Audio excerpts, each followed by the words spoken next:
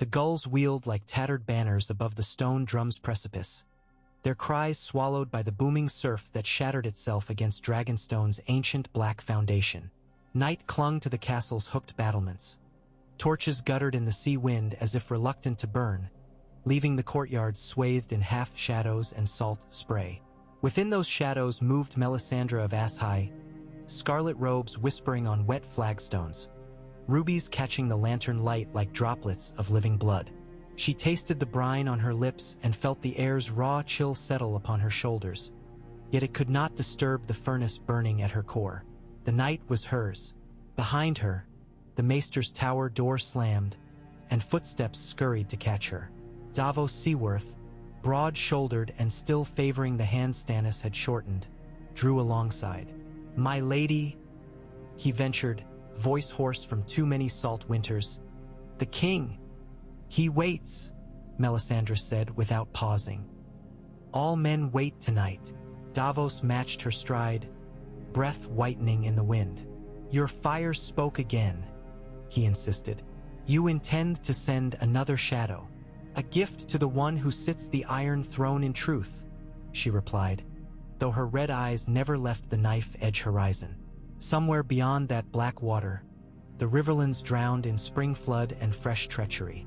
Robb Stark must die, Catelyn Stark must die, Edmure Tully must yield. Yet none of these deaths mattered so long as their orchestrator lived. "Tywin Lannister is the heart of their iron beast," she murmured. "Stop the heart, and the limbs convulse in useless fits until the beast is dead." Davos frowned. The king protested when the last shadow slew Renly. "This will sit no easier on him." "It will sit," she said. "Stannis Baratheon has learned a king must act beyond the mercy of common men. Renly's life was a candle against a hurricane. Tywin's is a pyre. From his burning, a new dawn shall rise." They reached the winding steps spiraling into the belly of Dragonstone, where basalt walls blurred with dancing torchlight. Every footfall echoed like a muffled drumbeat. Every breath smelled of old smoke. At the base waited Stannis, gaunt, jaw clenched, clad not in plate but in plain boiled leather. His eyes were chips of winter glass. "Lord Davos," Stannis said, greeting the Onion Knight with the tight nod he reserved for men he respected yet could not indulge. To Melisandre he offered no words, only a glance that smoldered with the embers of fear and need. She inclined her head. "Are you resolved, your grace?" Stannis's jaw worked. "The Red God showed you Tywin? You are certain?" "In the fires I beheld him at a golden table strewn with letters," she answered. His quill scratched across parchment even as Frey spearmen readied their blades. He rules the slaughter with ink, not steel. At first crows cry on the wedding morn, he rides for Rosby to gather more coin, secure more grain, tighten the noose around the north. Kill him this very night and the jaws snap empty. Stannis turned away, fists clenching. "I swore never again to kill kin," she finished. "Tywin is nothing to you but the architect of your misery. He buys swords to bleed you dry. He props the false boy king on his throne. He wields greater power than Joffrey, than Cersei, than any in the realm. One heart's blood for a realm's deliverance." Davos stepped forward. "Your grace, sorcery's price grows steeper each time. The life within you." "It is my duty," Stannis broke in, voice iron. He would not let Davos finish the thought. That each shadow drained his own strength, his own years, his own chance of seeing a true dawn. "Bring the leech," he ordered. A brazier hissed somewhere behind them. A single fat leech swelled with the king's royal blood, its body glistening dark and slick on the iron tongs. Stannis dropped it wriggling into the brazier's coals. Flames licked around it, shriveling its body. "Tywin Lannister," he intoned, syllables cracking like shaken shields. Smoke rose, pungent and sharp, curling into strange shapes before it vanished into the gloom. Melisandre closed her eyes and felt the world shift, as though all creation inhaled at once. She sensed the door opening in the fabric of night, sensed the dark within Stannis stirring, stretching. His shadow, cast long upon the stones by torchlight, became suddenly deeper, blacker, until it ripped itself free. The thing uncoiled, tall and gaunt as its master, eyes twin pinpricks of red coal. It moved with purpose, silent and swift, sliding across floor and wall alike until it melted through stone as mist through lace. King's Landing slept ill under a moon veiled by storm clouds. Rain slicked the cobbles of the street of steel, rattled on shutters, drummed on tiled roofs like ghostly applause. In the Tower of the Hand, Tywin Lannister labored by candle and lamplight. His study smelled of ink, wax, and parchment, of power distilled to letters and seals. Outside, the city's stench seeped in through coraled glass. Smoke, night, soil, the rot of fish on the mud gate docks. But within, order reigned. Tywin bent over a map of the Trident, lines of ink radiating from the twins like fresh scars. Troop dispositions, river crossings, quartermasters' depots. His quill scratched. A list of hostages to be seized, of wardships to be arranged. Another page tallied coin promised to Lord Walder, Lord Roose, and lesser Fry cousins. Enough gold to drown a keep. No alliance was free.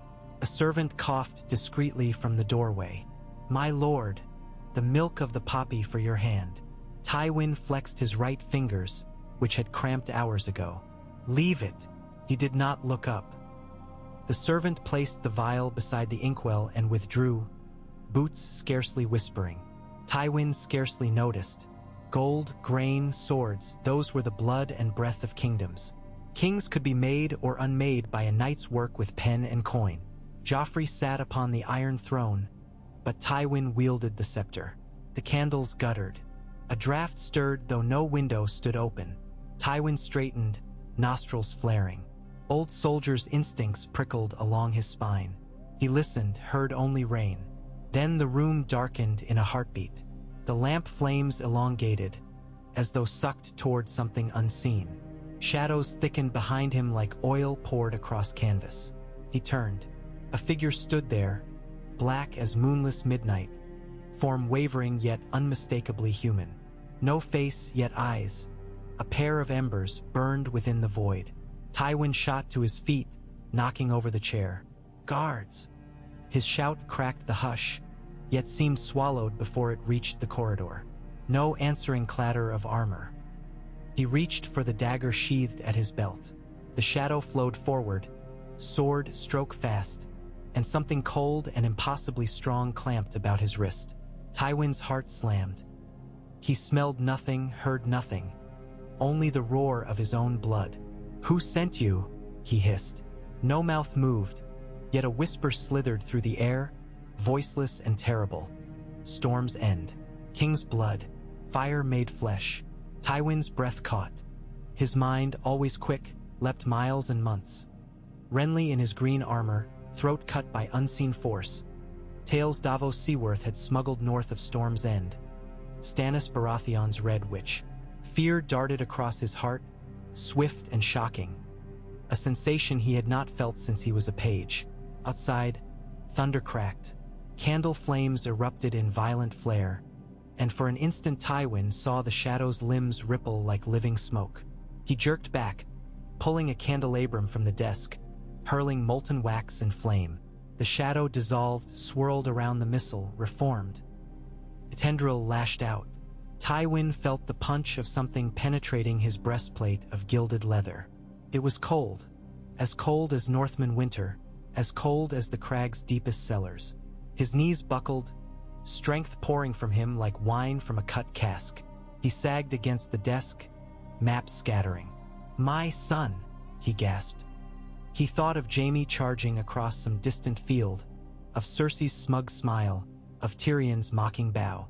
He tried to call them to mind for courage, yet the images slipped away.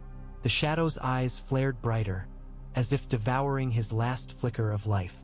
Tywin Lannister felt the cold reach his heart, squeeze, and stop it like a fist crushing a grape. Darkness swallowed him whole. The study fell silent but for the rain and the soft tap of spilled ink dripping from the desk to the stone floor. The shadow lingered a breath longer, then collapsed into nothingness, as though it had never been. The bells of the great September tolled dawn. Cersei Lannister woke to their solemn clamor, rage flaring hotter than the fevered wine still staining her tongue. Bells meant a death. Her first thought leaped to Joffrey, but she dismissed it at once. Her son was guarded by more steel than the king's jewels. Then to Tommen, to Myrcella, to Jaime. Panic quickened. She threw a silken robe around her near nakedness and stormed into the corridor as servants scuttled like mice. "What corpse do they mourn?" she demanded of a passing page. The boy paled. "The hand, your grace." For a heartbeat Cersei did not breathe. "No," she said, though the word had no force. "No, he was working through the night. I sent him milk of the poppy myself." She shoved past, feet flying down the tower stairs. Guards lined the lower corridor, faces ashen. Ser Adam Marbrand barred her way. "Let me see him," she hissed. "My queen," Adam murmured. "Please." She slapped him, a ringing blow. Adam flinched but caught her wrist gently. "Forgive me, but you should be prepared." There were marks. Marks. Burns as though by frost. "And this," he swallowed. "The maesters cannot explain. Some think it poison of a queer sort. Others. Where is Maester Pycelle?" she snapped. "In the solar, praying. He claims the gods took Lord Tywin in his sleep." "Liar." She jerked away. The door to the study yawned open. Inside, candles guttered low. Tywin lay sprawled upon ink, spattered parchments, eyes wide, mouth twisted half into anger, half into question, as though death had taken him mid-command. The air smelled faintly of smoke and something fouler, like charred flesh left in snow. Cersei fell to her knees beside him. Her fingers brushed his cheek. Ice cold. Cold like the wall. Cold like death beyond the frost fangs of Skagos. "Father," she whispered. Tears came unbidden, as hot as the blood he no longer possessed. She had always feared him, always obeyed, always rebelled in secret ways, yet always needed him as the mountain needs its root. Behind her, Pycelle shuffled in, beard trembling. "My queen, the hand is with the gods now. We must secure the realm." She rose, tears vanishing behind armor of wrath. "Secure it? The realm is lost." She turned, eyes blazing. "Send ravens, to Harrenhal, to the twins, to every lord with half a brain. Tell them Tywin Lannister is dead, but House Lannister lives." Her voice cracked like a whip. "Bring me my crown. Bring me Ser Gregor Clegane. Bring me my brother." She stepped past the corpse and snatched the parchment scattered on the floor. The ink had dried in spidery threads, the edges singed where candle flame had licked. One name, Lord Walder Frey, caught her eye, scrawled beside figures of grain shipments and gold. Rosby Crownlands. Plan half made. Tywin's plan. She crumpled the page. The hour of spiders had come. Without the lion at its heart, the web would tremble. Vultures would circle. She would not let them feed. Far to the northwest, beyond the neck where gray water glimmered in dawn's first blush, a host encamped outside the twins. Tattered wolf-shed banners lifted in the morning breeze. Robb Stark, king in the north, strode among the churned mud between pavilions, greeting captains, blessing blades. His eyes were bright with something like hope. Lord Walder's riders had welcomed him cordially enough last night, though late in the evening 3 of his outriders vanished along the causeway and a flight of quarrels had sizzled from the battlements. An accident, Frey's sons insisted. Yet Robb, hardened by years of war beyond his 6 and 10, swallowed the insult. He needed the crossing. He needed the Frey's swords, or at least their silence. Catelyn Stark watched her son from the tent door, worry gnawing old scars reopened. She counted every banner, every man. Still not enough. In her bones she felt storms gathering. Lord Edmure limped past, muttering about wedding games and feasting. "Lady Catelyn," he saluted with a wry grin. She forced one in return. The Frey's generosity seemed forced, but what choice remained? The South could not be held by swords alone. They needed ties of blood and bread. Afternoon slid toward dusk.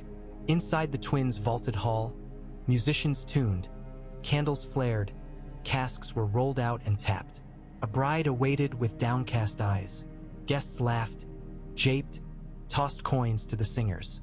Robb donned doublet of black and gray, the direwolf sigil bright upon his breast. "We'll mend what was broken," he told his mother. "One wedding to heal a realm." Catelyn squeezed his hand, unable to find words.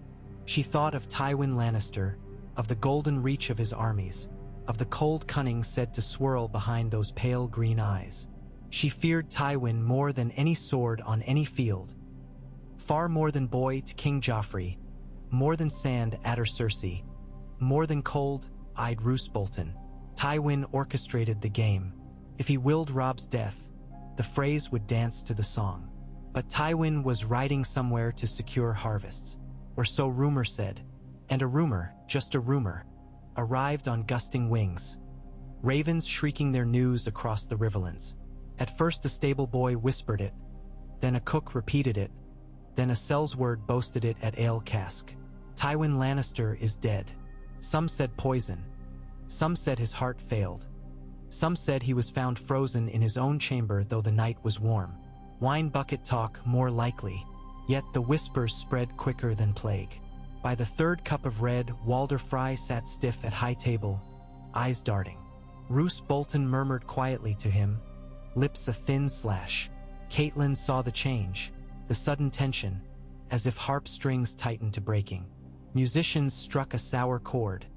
Crossbowmen along the gallery hesitated. And in that breath's width, the storm shifted. Robb stood to toast the couple. A hush fell. Frey's hands hovered at belts, but their eyes flashed uncertainly. Roose Bolton's mouth curled, then flattened, calculating. Some word, must have reached him only moments ago. Tywin Lannister is dead. Catelyn felt it then, an almost physical weight lifting. Perhaps only for a heartbeat, but enough. Walder Frey slapped the table, scowling. "Music!" he barked, but the band looked to each other, bowstrings trembling. One by one their instruments lowered. A crossbow bolt clattered to the rushes as a guard fumbled.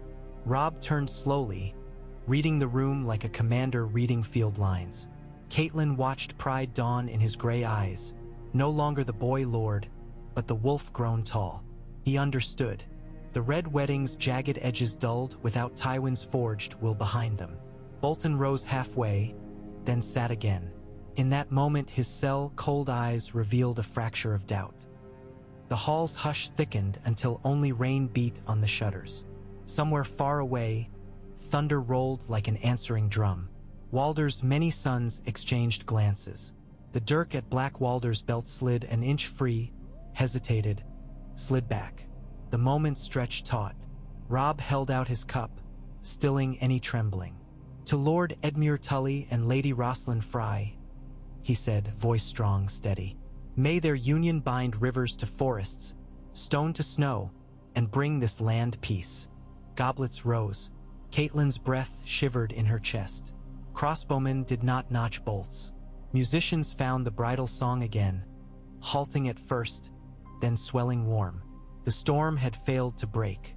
In King's Landing, chaos spread like wildfire through dry fields. Council seats lay empty, factions rising and falling within hours. Kevan Lannister rode through the Rose Road gates, face storm gray, to find his brother's corpse still awaiting pyre. He knelt, kissed Tywin's cold brow, and burned. Tyrion drank a toast to the father who never loved him, alone in his solar, candles warping his shadow. But even as the wine warmed his belly, dread pooled in his gut. With Tywin gone, his sister's claws would seek another target. Across the narrow sea, Varys listened to the whispers of little birds reporting the hand's death and smiled thinly. "A lion has fallen," he told the darkness. "Soon the dragon may roar." And on Dragonstone, Stannis Baratheon stood upon the wind, lashed parapet, gazed distant, as Melisandre joined him, rubies glowing like distant suns. "It is done," she whispered. Stannis' shoulders sagged, the wind flogging his cloak. For a heartbeat, sorrow flickered across his gaunt face. Sorrow for the cost. Sorrow for a realm's doom, laden turning. Then his spine straightened. "Sound the drums," he commanded. "We march on the Stormlands. The usurper boy in King's Landing has lost his shield. We shall see how long he stands beneath the noonday sun." Melisandre smiled, teeth white as moonfire. Far below, the waves thrashed like chained beasts. Above, clouds parted to reveal a single red star gleaming at dusk's edge, a baleful eye watching the game anew. And somewhere in the Riverlands, a young king with a wolf's heart stepped from the twins' great doors into cool night air, hearing distant ravens cry. Robb Stark breathed deep, scenting rain and distant smoke and something else, perhaps the dawn. The realm did not yet know how its fate had altered in one silent heartbeat beneath the Tower of the Hand. Yet the currents had shifted irrevocably. Coins promised would go unspent. Oaths sworn in fear would fray. Blades poised to strike would hesitate. The spiderweb of power trembled, but without its great golden spider to anchor the threads, they quivered toward new centers. A wolf in the north, a stag upon Dragonstone, a dragon across the sea. And unseen among them all, the red flame flickered, fed by a king's blood, whispering always of the night yet to come and the dawn that must follow. The game had changed. The song had taken a darker key.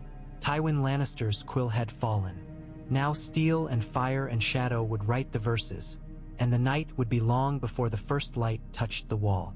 Long hours bled toward dawn inside the twins, each moment drawn taut as a bowstring. Robb Stark remained at high table long after the last barrels were rolled out and the final songs faltered into silence. Torch smoke drifted toward the rafters, carrying the sour tang of spilled ale and the sharper scent of fear. Lord Walder's brood had scattered, muttering excuses of fatigue or conjugal rights, but the old man himself lingered upon his carved oak seat as though rooted. Candles hollowed his cragged cheeks in orange light. His watery eyes flicked from Robb to Roose Bolton and back again, calculating fresh sums by the heartbeat. Bolton's pale gaze betrayed nothing. He leaned forward, fingers steepled beneath his chin, listening while Ser Brynden Tully described new patrol routes along the Green Fork. The reports were sensible, twice the usual scouts, rotating watches, but their very ordinariness only sharpened the strangeness of the hour. A feast that had not become a slaughter felt somehow unfinished, like a wheel poised above a precipice that refused to fall. Catelyn watched Bolton more closely than the maps. His every breath seemed measured. She heard no warmth in his ritual compliments to the king. Strategy, no ire either, merely the hollow patience of a man biding time. Yet even he appeared unsettled by the disquiet thrumming through hall and courtyard. Twice she saw him start at distant shouts, and once his hand strayed to the slit beneath his mail where a dagger might hang. Fear sits ill upon that one, she thought. Whatever cord Tywin Lannister had plucked no longer held its note. At the threshold, Black Walder Frey returned, the last of the sons. Sweat glued damp locks to his brow. He whispered into Lord Walder's ear. The old man's jaw sagged a finger width, then stiffened. A glance sharp as a flung knife shot toward the Stark table. "My king," Catelyn murmured. "We should retire. The night grows thin." Robb studied her face, nodded. He raised his cup one final time and spoke loud enough to reach every alcove. "This wedding joins our houses beneath the eyes of gods and men. Let bonds now sworn stand firmer than stone. Lord Walder, my banner and my hearth are open to your blood, as yours are to mine." The salt and bread of guest right had been exchanged hours before, yet repeating the vow rang like hammer on anvil in the hush. Lord Walder coughed, a wet rattle, then managed a bow of the head. "Bread and salt," he echoed. "Stone and bone. My doors are yours, as you say." Robb stepped down. Catelyn felt the collective exhale in the gallery, a sigh nearly as loud as the earlier music. Musicians packed lutes and fiddles without being told. Kitchen boys doused lanterns. The Frey men-at-arms lining the walls loosened grips on polearms. A siege concluded without a blow. Outside, rain had ceased, leaving the night rinsed clean and cool. Torches sputtered along the causeway between the twins' squat keeps. Robb and his guard, Great John Umber, Galbart Glover, Meege and Lyra Mormont, a dozen tall spears, made a slow procession back toward their pavilions on the river's east bank. Catelyn walked beside her son beneath a single cloak, his arm warm around her shoulders. "Did you hear it clearly?" she asked when they were beyond earshot of the gates. "Tywin Lannister dead." "I heard," Robb said, voice low, "from 3 different tongues, none Lannister-friendly. But rumor travels swifter than ravens, and half as straight. They fear us more tonight than this morn," she said. "That much is certain." "It may be fear of what they do not yet grasp," he agreed. "If Lord Tywin truly fell, the Lannister army will splinter." And the phrase wagered this ambush on his purse as much as his name.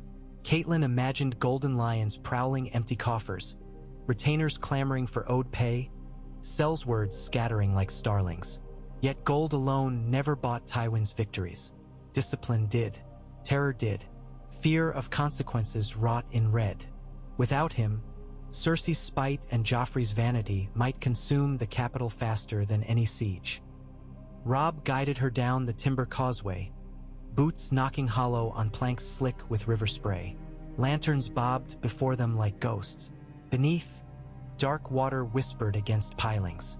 Catelyn's stomach nodded, not from height or haste but from the knowledge that one misstep could still plunge this fragile piece into blood. Freys lined the parapets above, crossbows slung. Yet none raised a bowstring. At last they reached the far bank where Stark and Tully banners sagged in the dying wind. Campfires glowed dim orange behind draped canvas. Gray wind emerged from between wagons, hackles bristling until he scented Robb, then bounded forward to butt his great head against his master's hip. The direwolf's eyes gleamed wildfire green in the lamplight. Robb knelt, fingers twining through dark fur. "He was uneasy all night," Robb said. "Wouldn't enter the keep." "He has better sense than the rest of us," Catelyn replied, bending to stroke the beast's jaw. Gray wind's low rumble felt like distant thunder beneath her palm. A horn blast cut the damp air. Not alarm, Merritt Frey's trumpeter signaling departure of guests. Yet Catelyn flinched all the same and saw soldiers stiffen. Even small sounds felt double-edged now. Robb rose, wiping rain from his brow. "Rest, mother. We ride at dawn. Crossing first light will put leagues between us and this mire. And to where? Seaguard, then Riverrun." His eyes withdrew inward a moment, calculating roads, winter stores, loyalty balances. "Lord Jason Mallister pledges ships if the Lannisters crack. The Riverlords may yet choose direwolves over leopards if Tywin's roar is silenced." She touched his cheek. "Let us right the north tonight. Your lords will need truth, not rumor, else we'll awaken to a score of separate wars." Robb smiled, brief and weary. "You'll draft the letter better than I. Ser Edmure can affix seals after the betting's done." Catelyn watched him stride away toward his command tent, gray wind pacing beside. The beast glanced back, quick yellow glint like embers, then vanished behind canvas. Campfires whispered. Somewhere, a horse stamped restlessly. She allowed herself a single breath of relief, and in that breath the marrow of her bones sang. Tywin Lannister is dead. Something vast and dreadful had ended. Yet what rose in its stead could prove more terrible still. Atop Dragonstone's Seagate Tower, the night winds shook spray from Melisandre's crimson sleeves as she knelt beside the iron brazier. Only dying coals remained, black-rimmed and sullen. She passed her hands above them, whispering in the old tongue. Ash swirled upward, then flared crimson one last time, painting her face in bloody light. In the glow she saw the Riverlands again. Stone towers against slate sky, banners snapping. But the vision shifted, water rushing past as if seen from some swift-moving beast.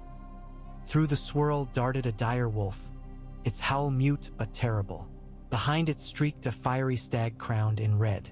Between them loomed a third shape, wings of shadow vast and fanged, beating the sky to storm.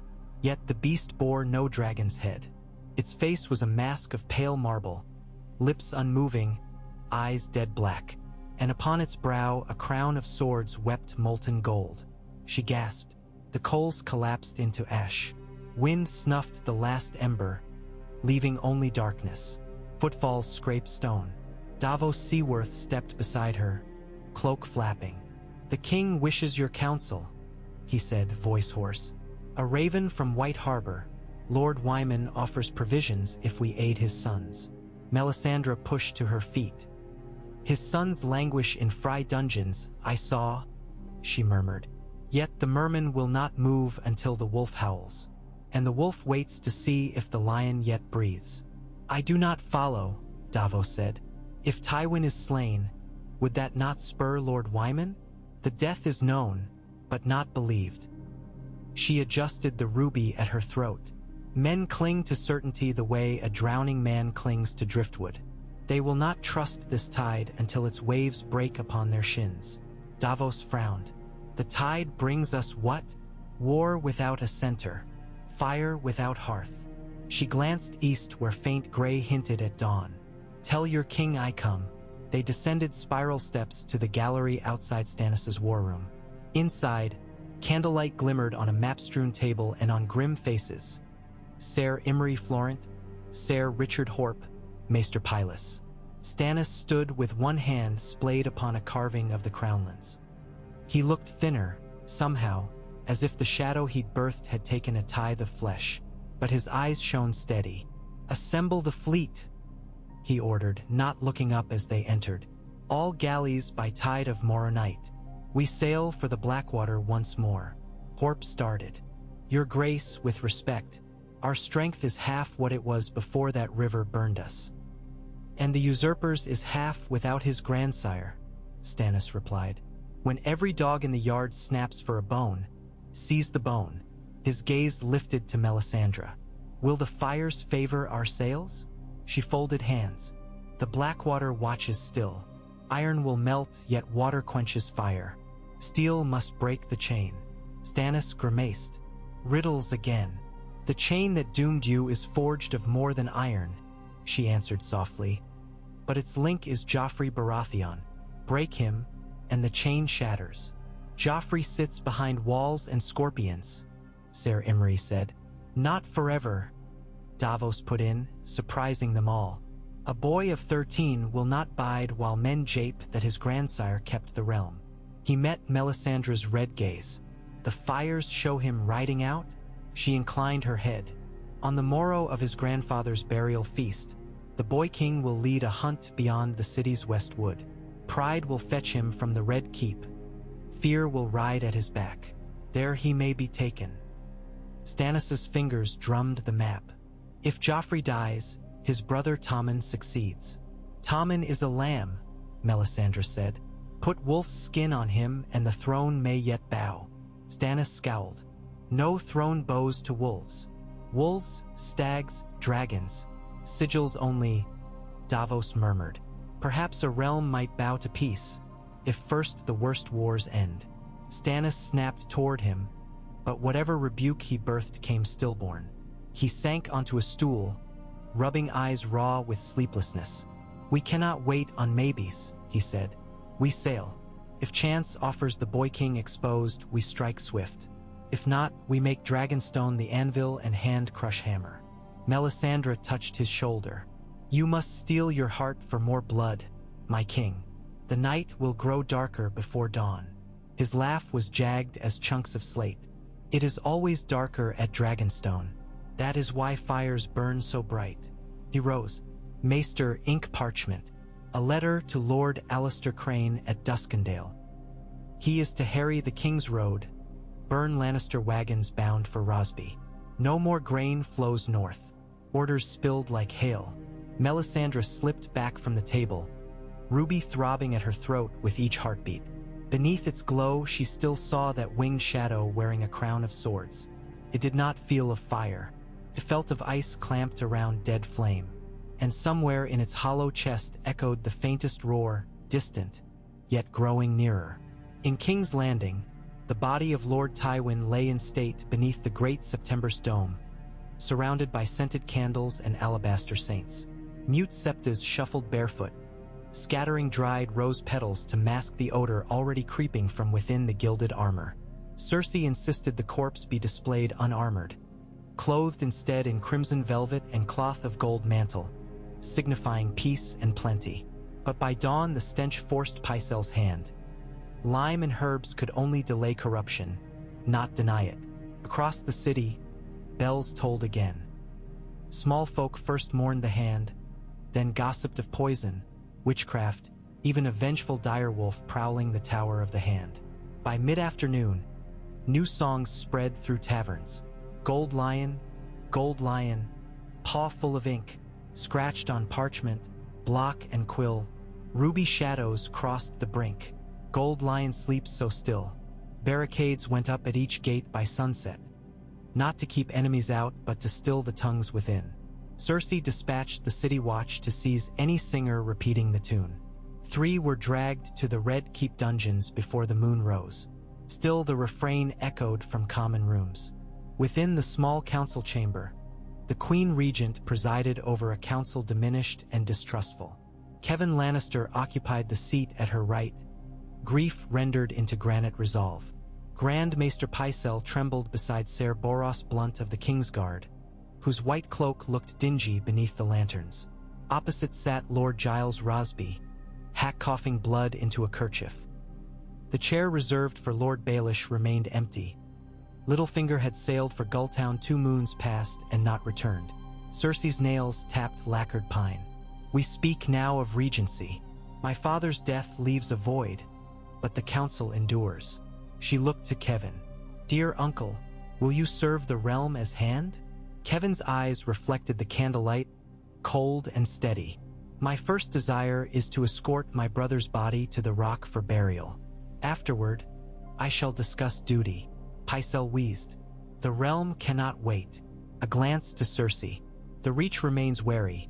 Storm's End stirs. The Iron Men raid the coast again. And now Lord Bolton writes that the Freys falter in their obligations. Cersei's mouth tightened. We have coin enough to hire Sellswords. She turned to Ser Boros. Summon Ser Merin, Ser Osmund. The Kingsguard will command each gate. Any lord who questions our writ must produce double hostages. Kevan's brow nodded. Coins and hostages will not replace governance. Tywin knew each grain store, each levy. We know only that our enemies sent weakness. Cersei leaned forward, voice sweet as spoiled milk. If weakness offends you, take the chain, uncle. Show me the lion my father groomed. Silence stretched until Pycelle's chains rattled as he shifted. Kevan rose at last, stiffly. Very well. Until my brother is laid to rest, I will bear the chain. His gaze flicked to Joffrey, dozing in a velvet chair by the hearth, sated with sweet wine and lassitude. The boy needs steady counsel. Cersei followed his eyes, resentment flaring, but she forced a smile. Excellent. Together we shall bind the realm. Yet no sooner had the council dissolved than she summoned Qyburn to her solar. The disgraced maester bowed, pale eyes gleaming. You will open my father, she said, and tell me what hand struck him. Not physically, poison, sorcery, anything. Qyburn's lips curved. As you command. Though the faith calls such practice desecration. The faith will obey me, she snapped. Leave no tissue unexamined. He bowed again, robes whispering. Of course, your grace. I must warn you. The body decays apace. Then begin at once. When he had gone, Cersei poured arbor red into a goblet and stared at her reflection in its dark surface. She saw a crownless queen, hair tangle-damp, eyes ringed in sleep-starved bruise. Tywin's guiding presence had vanished like a torch dropped into ocean depths. For the first time since childhood, she felt small. But small things grow claws when cornered. She drank, wiping her mouth on a velvet sleeve, and resolved to break every feather quill in the Red Keep before another penned her fate. Outside the city walls, the King's Road teemed with refugees. Some fled rumors of plague in Duskendale.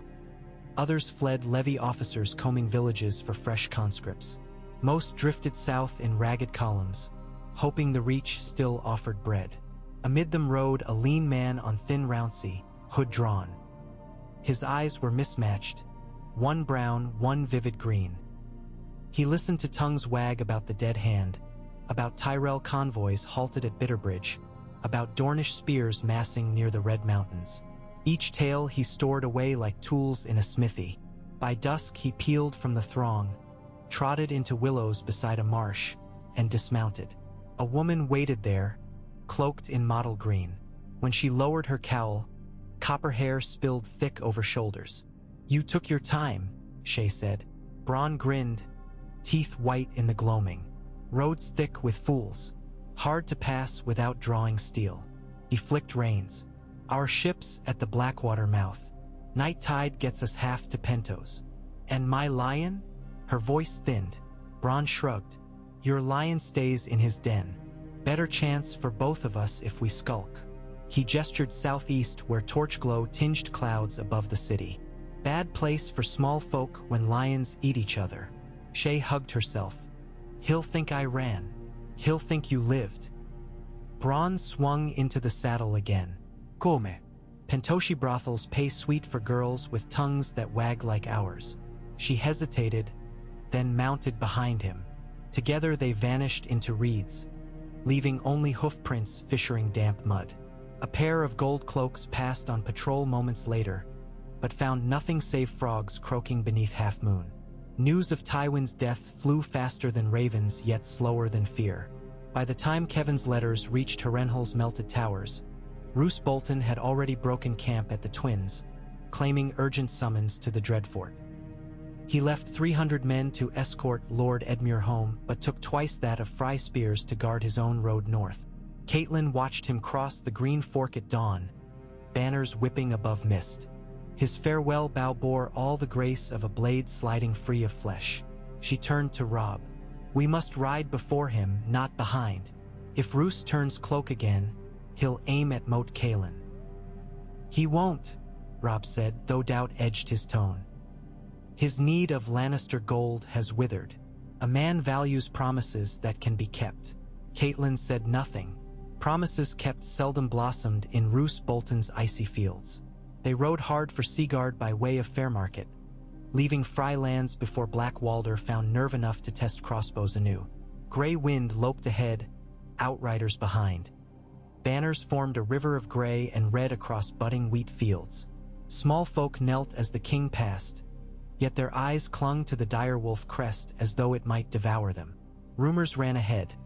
Some said Robb commanded a host of sorcerers. Others claimed the Red Woman herself guided his spear point. Fear, Catelyn realized, had become their herald.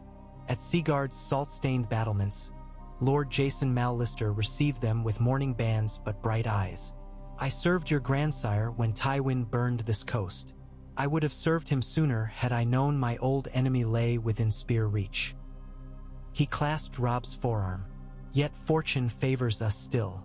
Hoster Tully's kin hold a dozen Lannister prisoners taken on the Tumblestone, including Willem Lannister." Catelyn saw Robb flinch, as though reminded of another Willem, once traded for daughters and guessed right. But he nodded. "We may trade Lannister kin for Northerners still caged in the Westerlands. Or for peace," Mallister said quietly.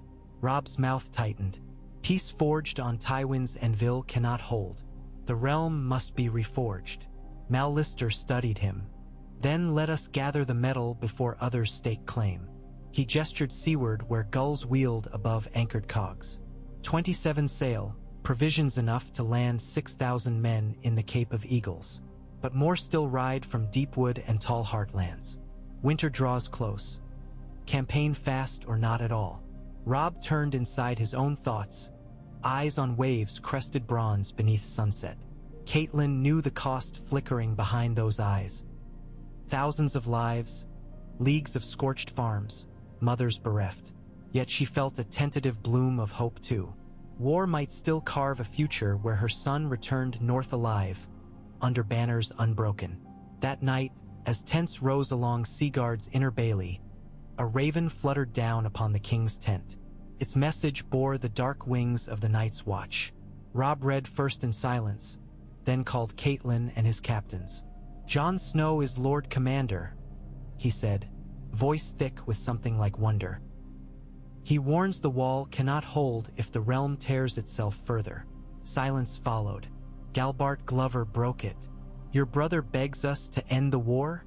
Not begs. Pleads for unity, Robb replied.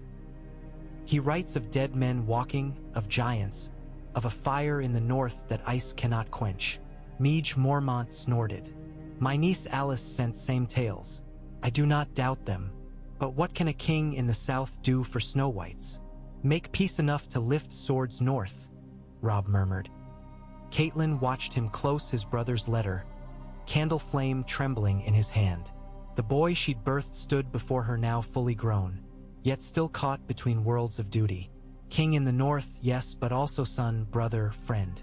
Outside, a horn blew once from the ramparts.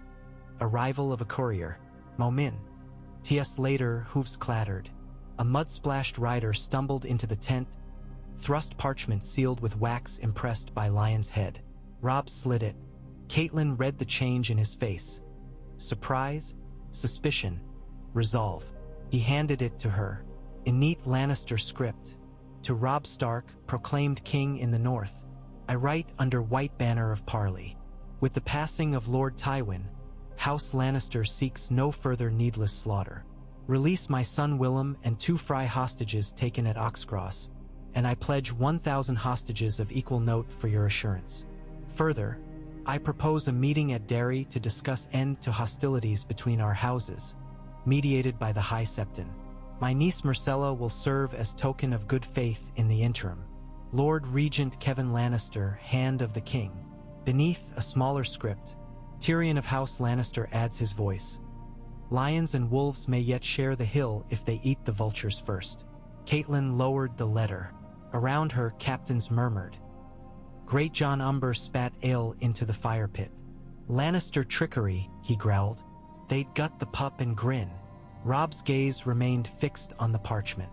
It may be trickery, or plain desperation. He met Catelyn's eyes. What counsel, mother? She weighed memories of Riverrun's siege by Tywin's men, of Sansa still captive, of Arya lost, of Bran and Rickon hidden, of Ned's head on Traitor's Walk. Forgiveness felt distant as spring in winter's jaws. Yet she heard Jon's plea echo. Realm united against darkness. Meet them, she said. Meet them with hosts massed behind walls. Meet them under Septon's gaze. Meet them so long as Myrcella stands pledge. But meet them. Robb nodded once. Around him, dissent rose like flitteed, but he raised a hand. We ride to Derry in 10 days. Lord Mallister will hold Seaguard. Lord Bolton's loyalty is owed demonstration. We summon him south. Hostages will be exchanged at Riverrun en route. His jaw set. If Lannister means peace, we shall know. If they mean treachery, we will write history upon their bones. Catelyn exhaled, the sound half sob, half prayer. South of Riverrun, 2 riders bedded down beneath a willow, one armored in boar of Crakehall, the other cloaked in rags. Shaggy dog shadows danced in the breeze. They shared stale bread, passing wineskin back and forth. You believe the Hand truly dead? Brienne of Tarth asked, voice husky from miles. Ser Jaime Lannister reclined against his saddle, golden hair dimmed by dirt. My sister's raven said so. Cersei seldom lies about matters that frighten her. He sipped wine. Father was the trunk. We were the branches, some rotten, yet branches all. Without trunk, wind snaps limbs. Brienne rubbed aching shoulders. Then I must reach Lady Catelyn sooner. Sansa remains in peril at King's Landing. And Tywin's corpse will not stay the vipers. Jaime grimaced. Ride at first light. I'll not hinder you. One-handed, I slow you. He flexed the golden prosthetic, finger joints rasping. But if the Starks parley, maybe you'll find her at Derry. Brienne nodded. Oaths remain. She glanced up at stars flickering above storm tatters. Do you ever tire of vows? Jaime chuckled. Every hour. Yet without them, I'd be little more than sword and spite. He gazed north. Hear that? Quiet. No drummer of Frey treachery tonight. Perhaps the gods have a jest left. Brienne pulled her cloak tighter. Let us pray it's not our undoing. Across the narrow sea, beneath Meereen's lacquered bricks, Daenerys Stormborn met in council with her captains, Grey Worm, Daario Naharis, Ser Barristan Selmy. The wind off the Skahazadan carried dust and rumor.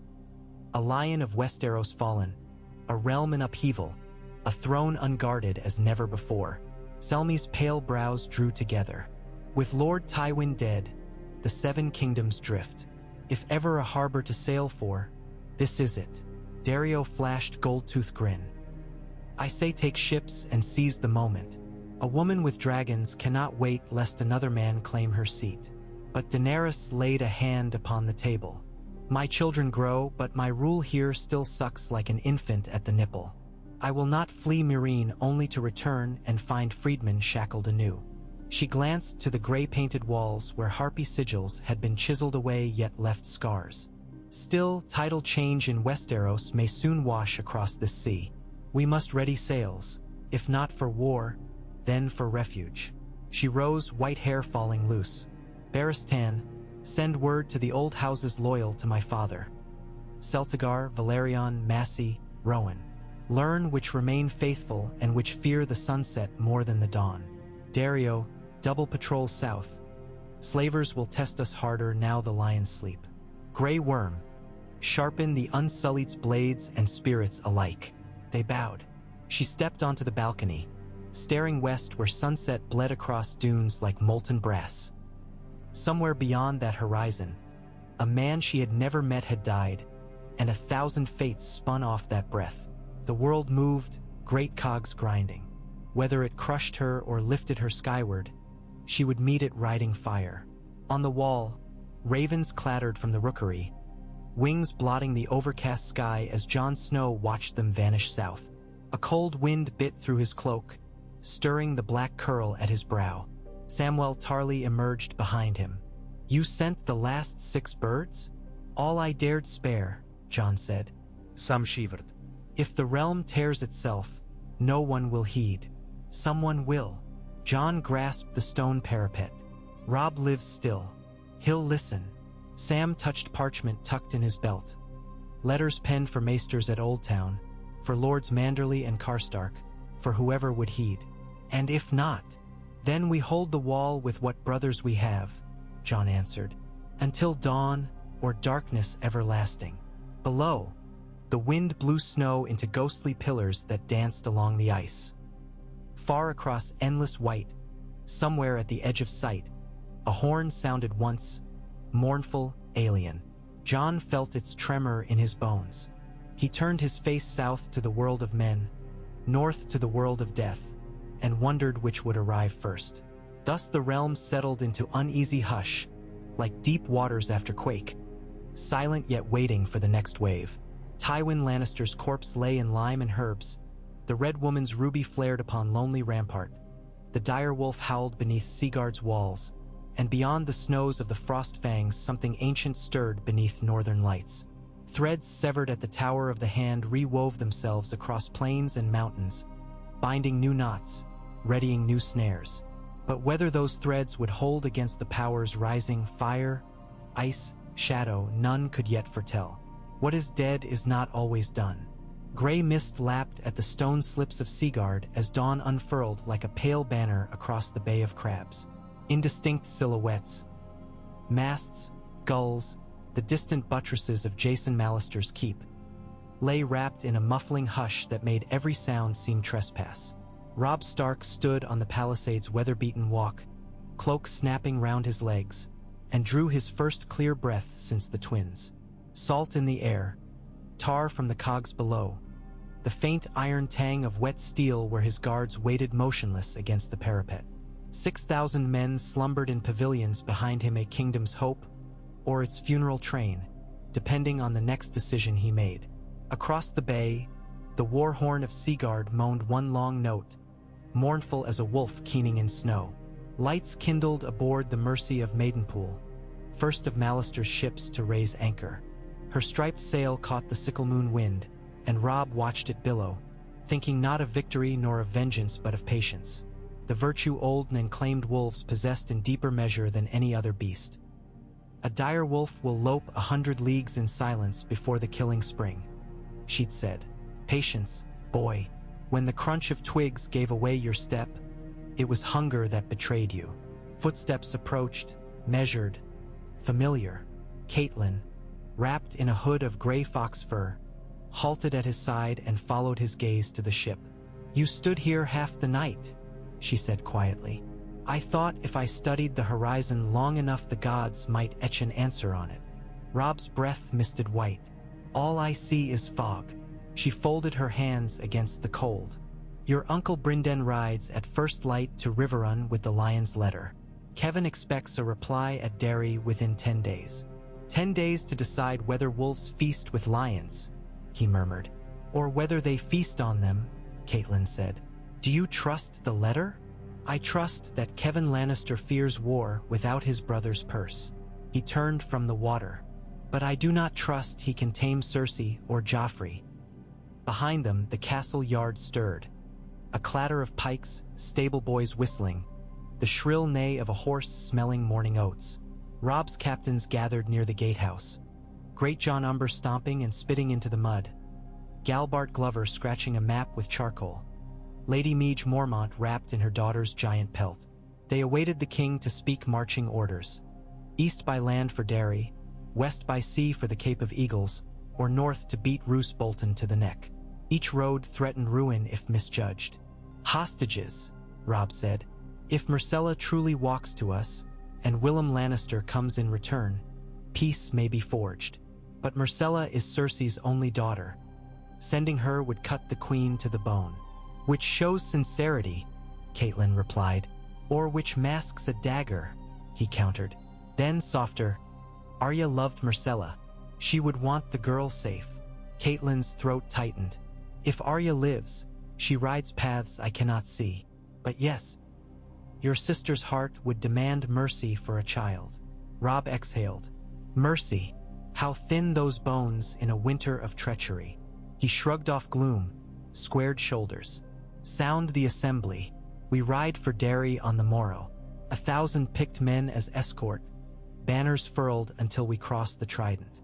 The rest hold Seaguard with Mal Lister until we send word." "You risk few," she observed. "I risk enough to show good faith." A wry smile ghosted his lips. "And enough steel to carve us out if the lions bear fangs." Catelyn nodded, yet unease still gnawed. In all her years she had never known a pact sealed by such uncertain appetites. One side famished for respite, the other for revenge, both for survival. War made hungers monstrous. Even peace might find itself devoured ere the table was set.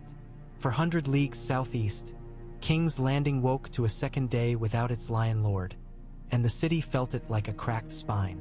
Mists of wood smoke and dung clung low over flea-ridden alleys. Bakers' ovens stood cold for want of flour. Fishwives cursed empty baskets. Coin clippers whispered that Lannister gold had lost its luster. When the bells of the Great September told the hour of prayer, fewer knelt. They listened instead to rumor, bold and unshriven. Inside the Red Keep, the hush was broken by the rasp of saw on bone. Behind shuttered doors in the vaulted chamber once reserved for small feast banquets, Qyburn bent over Tywin Lannister's corpse. The gilded breastplate had been pried away, velvet cut open, ribs parted like the doors of a crypt. Maester's scrolls spoke of preserving lords with salts and tar. Qyburn preferred the scalpel, the probing finger, the patient ear pressed to places where no heart beat. 2 silent novices stood ready with basins of vinegar, linen swabs, and tongs that clicked like beetle mandibles each time they met exposed marrow. "Observe the pattern," Qyburn murmured to the younger novice, a girl with dirt-blonde hair shorn close as a septa's. She leaned and retched softly. Lines traced Tywin's sternum, branching rivers frost-white against liver-dark skin. Subcutaneous striations reminiscent of flash freeze. Yet the chamber was warm, brazier coals present. "Tell me, child, what fire birthed such frost?" The novice choked on bile. Qyburn smiled almost kindly. "None in this world, I wager." The elder novice, a mute Lyseni eunuch, extended a parchment. Qyburn read the measurements. Heart blackened though not by rot. Blood congealed stiff, not melted by fever. Pupils burst as if from sudden cold expansion. He touched the puckered puncture above the dead man's left breast, barely wider than a quill shaft. To kill a lion thus, the blade must be sharper than moonlight, colder than the shivering sea. Boots thumped beyond the door. Cersei swept in, face veiled in linen scented with verbena. Even so, the sour funk of cadaver filled her lungs. She stiffened but did not retreat. "What have you found?" "Death without poison, your grace." Something halted his heart in an instant. Something beyond mortal craft. She swallowed. Sorcery, perhaps. But what sorcerer dares intrude the Red Keep unseen? She thought of Stannis's Red Witch, of Renly's unseen killer, of rumors whispered by Davos Seaworth before the Battle of Blackwater. "I want proof," she hissed. "Find me residue, a sigil burnt in flesh, a scent of burning cedar. Anything to set before the High Septon and cry vengeance." Qyburn dipped linen in vinegar, wiped his hands. "Proof may lie deeper." He gestured at the open thorax. "The heart bears crystals within chambers. If cooled by unnatural cold, they fracture uniquely." He reached with silver tongs, snapped a shard from the wall of the left ventricle, held it to a lantern. Tiny fractures spiderwebbed through red-black meat. "See? Like glass struck in mid-hammer." Cersei stared, enthralled and repelled. "What does it mean?" That a weapon-wielding frost beyond sense pierced him. Perhaps shadow given form, perhaps cold as in human night. Qyburn turned the shard. "The City Watch cannot hunt such, but a mind unsheathed of squeamish scruples might." She lowered her veil. "Do it. Gold and titles, whatever you ask." His smile held neither warmth nor greed, only hunger. "Begin with gold, your grace. Titles may follow if the dead speak." She left him then, mindful not to look back lest fear make her stumble. In the outer corridor, Ser Marentrant stood sentinel, white cloak draped to hide bloodstains from last night's flogging of a singer who dared hum the Gold Lion ballad. Cersei brushed past, a woman carved of quicksilver. Behind her, in the chamber muffled again by closed doors, Qyburn hummed to himself and tugged open the lion's skull. At dusk on the King's Road 50 leagues north of King's Landing, dust tongues curled behind an oxcart whose canvas hid more iron than vegetables. Beneath straw lay 8 shields, 3 sun and spears of Dorne, 2 golden roses of Tyrell, 1 hound of Clegane, and 2 crimson Lannisters. On the driver's plank lolled a broad-shouldered youth in patched leather, Podrick Payne, chewing oatcake and staring at a travel-stained signpost that read, "Derry, 22. They'll have gates shut by nightfall," he fretted. Beside him, tense as a coiled whip, rode Brienne of Tarth. "Then we arrive by moonlight," she said. "Steel is still steel in the dark." Behind, shackled loosely to the tailboard, Jaime Lannister grinned. "I thought we rode as pilgrims, not mercenaries." "Quiet Kingslayer," Brienne snapped. Yet in truth Jaime was no prisoner now, only companion disguised as such, a ruse to deter roving sellswords more eager for ransom than battle. The irons were sawed half through. One twist and he'd be free. But ruse or no, Brienne meant to see Sansa Stark safe once they reached Derry or die on the attempt. "Do you trust your Uncle Kevin?" she asked Jaime after a mile of silent plodding. "Insofar as he values order," Jaime replied, shifting in the saddle. "If he calls parley, he intends parley. But trusting Cersei to honor it, that's like trusting wildfire not to burn." Brienne's gauntlet fingers flexed on reins. "Then the girl remains in peril." "Yes," Jaime admitted, "but you'll still ride into the lion's den." "I swore." He shook his head, golden hair limp. "Oaths. We are smiths forging chains for our own necks." Brienne flicked a glance. "Some chains bind us to honor. Some drag us to the sea," he said, but quietly. Thunder muttered from distant east. The air smelled of coppery rain. Shadows stretched long across the road, and the cart wheels creaked like bones rubbing in an old man's hip. Podrick clicked his tongue to the ox, and the slow procession trudged on, bound for a town where peace waited on a sharpened edge. North of the neck, Roose Bolton reached Barrowton beneath an iron sky bruised purple. He rode at the van of a column whose banners bore flayed men and twin towers, though their campfires burned separate at night. Flayed men for fear, towers for coin. He dismounted before Lady Dustin's hall with a sigh as though the world bored him. In the hall's smoky gloom, Lady Barbary Dustin greeted him in red velvet, eyes glittering like chips of frozen blood. "So Lord Tywin is dead," she said after wine warmed their tongues. "A pity. He understood fear as you do." Bolton's pale smile might have frozen water. "The young wolf thinks fear died with the lion. We shall teach him otherwise." "And Lord Walder?" she asked. Old and cautious, half his brood would sooner keep their own skins than sheath them in Bolton's cause. "Yet I carry his seal." Roose slid a parchment across the table. "Walder's daughter Roslyn proves fecund. She quickens already. Riverrun will hold her as hostage. Without Tywin's gold, the Freys need other coin." Barbary flicked the seal. "What coin do you offer?" "Revenge," he said simply. "On the Starks who buried your husband, on the Southron knights who burned our barrows." She considered, then raised her cup. "Vengeance spends well." Bolton drank. "The Dreadfort marches at full levy. You will gather barrowmen and rangers of rills. When winter closes the moat, we strike from both banks. A wolf starved of bread turns upon its own." He sipped, eyes hooded. "And if the sea brings Ironborn again, let them wash away Manderley's fat pride." Barbary's lips curved. "The North remembers, but memory can be guided, Lord Bolton." "Indeed." He rose. "See that it remembers the flaying knife more keen than any blade on a wolf's banner." Outside, first snowflakes drifted on the wind, tiny white motes lost in gathering twilight. On Dragonstone, sails bellied under a rising gale as Stannis Baratheon's warfleet nosed from the lee of the island. 60 galleys, trim and keen of prow, formed columns like spearheads pointed west.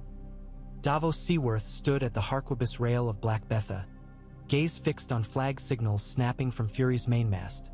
2 lanterns, then 3, then a crimson pennant streaming. "Hoist full, break line, set course north and west." The Onion Knight swallowed salt spume and fear. "7 save us," he muttered. "7? Ser Imry Florent laughed close by. "Where were the 7 when wildfires cooked our fleet? Where was Lawler?" Davos shot back. Imry's grin faded. Below, oars dipped in perfect cadence, 40 to a side, churning foam to froth. Drums thundered. A red dawn spilled over the horizon, and from the castle's Dragonmont tower rose a plume of black smoke as if the volcano itself exhaled omen. Melisandre watched beside Stannis on Fury's quarterdeck, scarlet hair whipping. "The fires are with us," she murmured. "I have seen a black stag crowned in wildfire, trampling a golden lion. Then a direwolf howls at its flank, and a dragon's shadow falls across them both." Stannis's jaw clenched. "Do your fires name the victor?" "They name the dawn," she replied. "Only the dawn." He stared westward, where the ghosts of his ships lost at Blackwater still seemed to flicker atop waves. "Ah! Those reefs, past the green fire that once engulfed his hope, lay a river he must cross again, on tide of fate, not water. Pray your god's dawn breaks soon," he said, "for I am near spent of darkness." She touched his sleeve. "The night is darkest just before." At the wall, Jon Snow stood upon the frosted steps of the King's Tower, parchment clutched. His breath came in faint clouds. Each word he'd penned to Robb seemed a fragile winged thing he might never see return. Sam waited behind, rubbing hands together. "Raven answered from Winterfell," Sam said, though Jon still read. "Maester Locke writes that Lady Barbary mustered riders for Barrowton." "Bolton moves," Jon murmured, "and Robb marches south for truce." He folded the letter.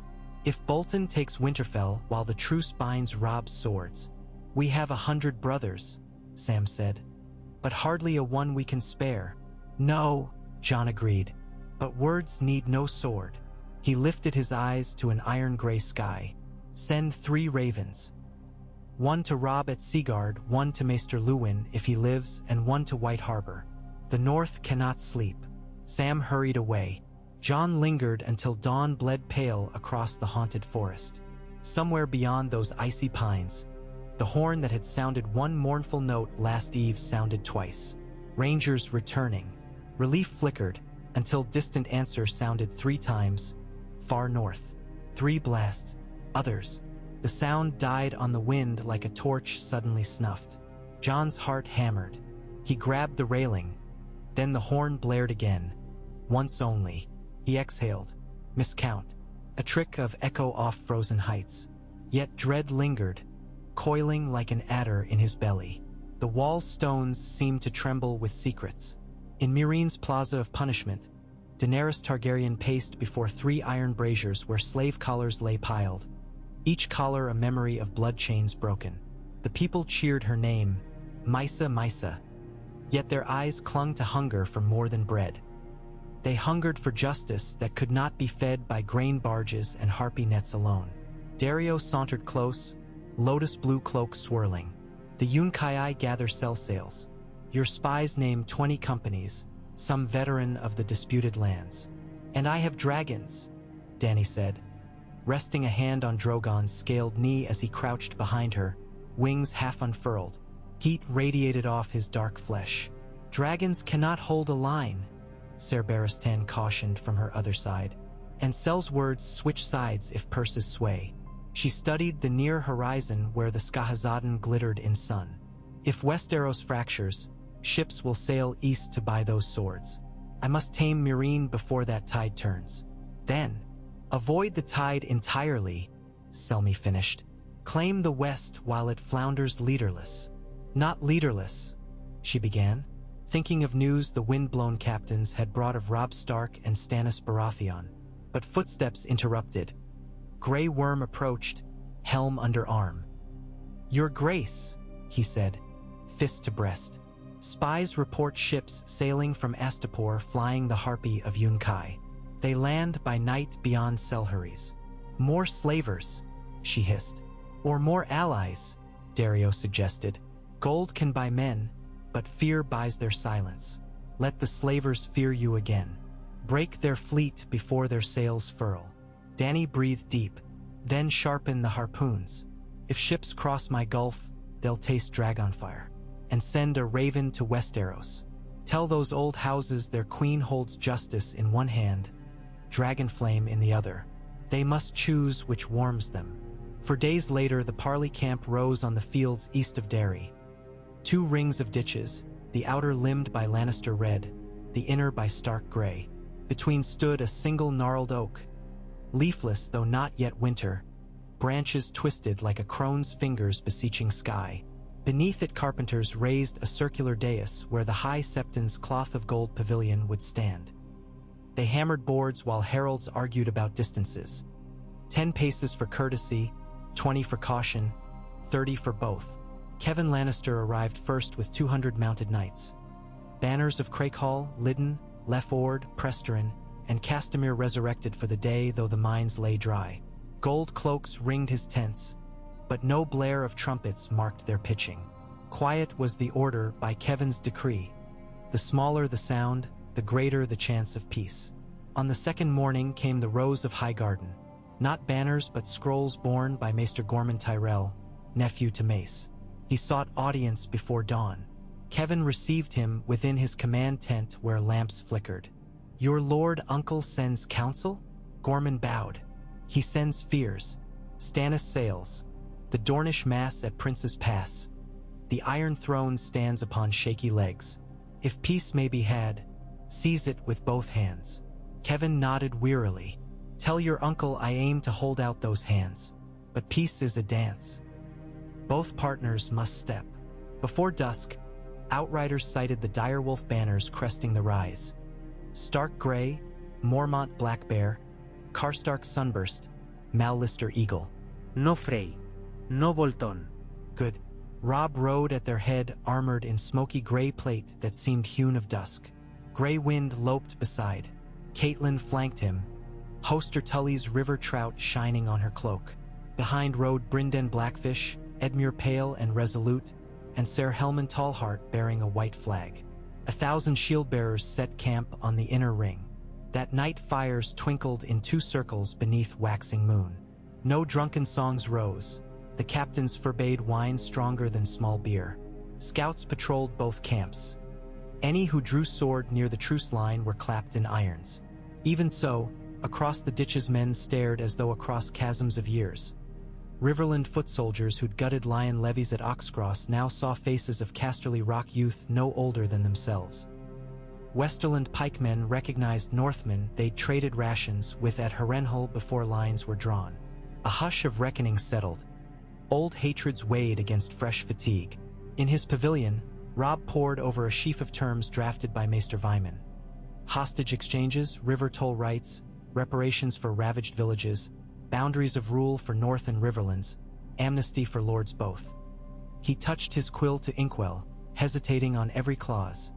Each word a blade that could draw blood if angled ill. Caitlin, seated across, watched the furrow of his brow. "You need rest to speak clear tomorrow. Tomorrow decides the North Century," he said. "I can sleep when I return to Winterfell intact." She reached to still his hand. "Write half as well as your father presided, and we will survive." He closed his eyes, seeking Ned's memory. Quiet justice, patient ear, the weight of mercy like the weight of steel. He dipped quill again. Outside, gray wind prowled the perimeter, muzzle lifting to sense on the wind. Horses whickered. Men whispered. But beyond these mortal senses he felt something deeper. A tension in the night like a taut bowstring plucked by unseen fingers. A mile distant Cersei's messenger slipped from Derry's postern with scrolls for King's Landing. Joffrey grows restless, Myrcella refuses tears, Tyrell's scheme, Qyburn digs deeper. The rider spurred south with secrets and a shadow dogging him. A gaunt stranger cloaked in mottled gray who left no prints in dew and whose eyes gleamed ember red when the moonlight caught them. Dawn brought chill fog. On the dais beneath the oak, the high septon prayed as banners were fixed to poles behind opposing benches. Gold cloaks and stark outriders formed cordon. When the bells of Derry rang sun's first note, Kevin and Robb ascended from opposite sides. They bowed heads to the septon's benediction. Then silence. A raven croaked. Kevin spoke first. "Many brave men lie dead between us, King Robb. Let us bury enmity beside them." Robb nodded. "Burial is easier than resurrection. Yet I would bury war. If the remains stay still." Kevin's mouth tightened. "On my honor, I will hold the peace we forge, and see it held in the Red Keep." "And who holds your nephew?" Robb asked, eyes steel. "Joffrey submits to the council's will." Caitlin felt tremor in the air, like winter wind before a blizzard. Robb glanced to Vyman. The maester produced scrolls. "This treaty crowns no man but honors each," Robb declared. "The Trident and North stand apart yet allied. The crown acknowledges such. In turn, we acknowledge the crown's rule south of the Trident." He laid the parchment. Kevin read swiftly, brow climbing. "Independence is a heavy stone. Then set it down and none need lift sword." Robb gestured to a second scroll. "Reparations, hostages, claims." Kevin's fingers brushed it, eyes measuring. "You name Lady Sansa as queen in the North, once wed to suitable lord of your choosing." "My sister was wed in chains to a villain," Robb said, voice low. "The realm owes her freedom." Kevin nodded slowly. "Agreed. My chair has urged annulment already." A whisper rippled among attendants. Cersei's lion reached for a link of power, but for once found it may weigh light enough to risk. The septon produced quills. Robb and Kevin each held one poised. In that breath, wind ceased. Gray wind raised his snout, hackles flaring. From the fog beyond the ditch came a scream, the wild high shriek of wounded horse. Men jerked about. A second scream followed, abruptly cut. Steel rasped in Lannister camp. Shouts. "Shadows! 7 save us! Shadows!" Robb half rose. Caitlyn's heart slammed. Across the dais, Kevin's face drained pale. The septon clutched his robes. Then from mist emerged 2 figures, mounted knights at first glance, but no hoof beat sounded. Their steeds were darker than midnight, legs drifting through earth like smoke. Riders equally black, visored helms hiding faces, lances unlit by sun. Where they passed, frost whitened grass. Gray winds snarled and leapt the ditch, but halted, hackles full, wine tearing his throat. The camps stood frozen in disbelief. The Shadow Knights stopped 10 paces from dais. One raised its lance. The tip unfurled into talon of living darkness. A voice deeper than crypts, yet half remembered from a castle's torchlit corridor, echoed, "Lord Tywin speaks from beyond. Blood for blood. No peace." Kevin gasped. "Father?" But Robb sprang onto the dais planks. "Guards!" Swords scraped as Northmen surged. Lannisters too, though half stumbled back in terror. The shadow pointed to Kevin. A tendril of frost slithered forth, swirling round his boot, creeping up calf. Ice crackled, flesh numbing. Robb lunged, long sword flashing. Steel met nothing, passed through blackness like through ink water. At its passing, the shadow hissed. Caitlin grabbed a torch from a guard, shoved it forward. Orange flame licked the darkness. Smoke billowed. One Shadow Knight melted as though wax in furnace, shrieking like riven iron. The other recoiled. "Fire!" Robb bellowed. Men snatched brands, pitchpots hurled. Flaming oil splashed. The remaining shadow twisted, limbs writhing. Frost steamed into fog. It reared its wraith steed, then split into tatters blown on wind, vanishing with a final exhalation of hoarfrost that glittered in sun's spear. For a heartbeat, nothing moved but drifting ash. Then shouting erupted, fear, confusion, accusatory roars. Kevin staggered, leg black bruised where ice had gripped. Maesters rushed. Robb turned a full circle, sword raised. His eyes found the Septon, still muttering prayers, and Caitlin, torch trembling in her fist. He lowered the blade. "No more," he hissed. No shadows, no heedless, no butcher streaks. "Who summons such?" Kevin shook his head, voice raw. "Not I. My father's corpse lies quartered on an alchemist's slab." Robb scanned faces. Northmen, Riverlords, Lannister captains equally stunned. He thrust sword into dirt point down. "This peace holds," he declared, voice iron. "Whoever conjured this wants it sundered.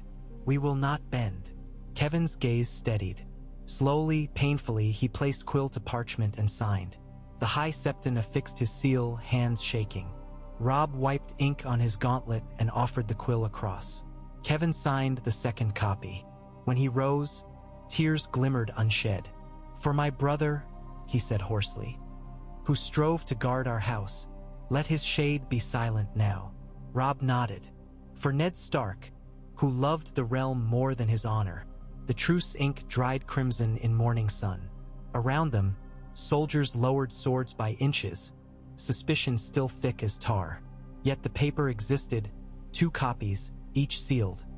Proof that even in a world haunted by shadows, men might forge a sliver of dawn.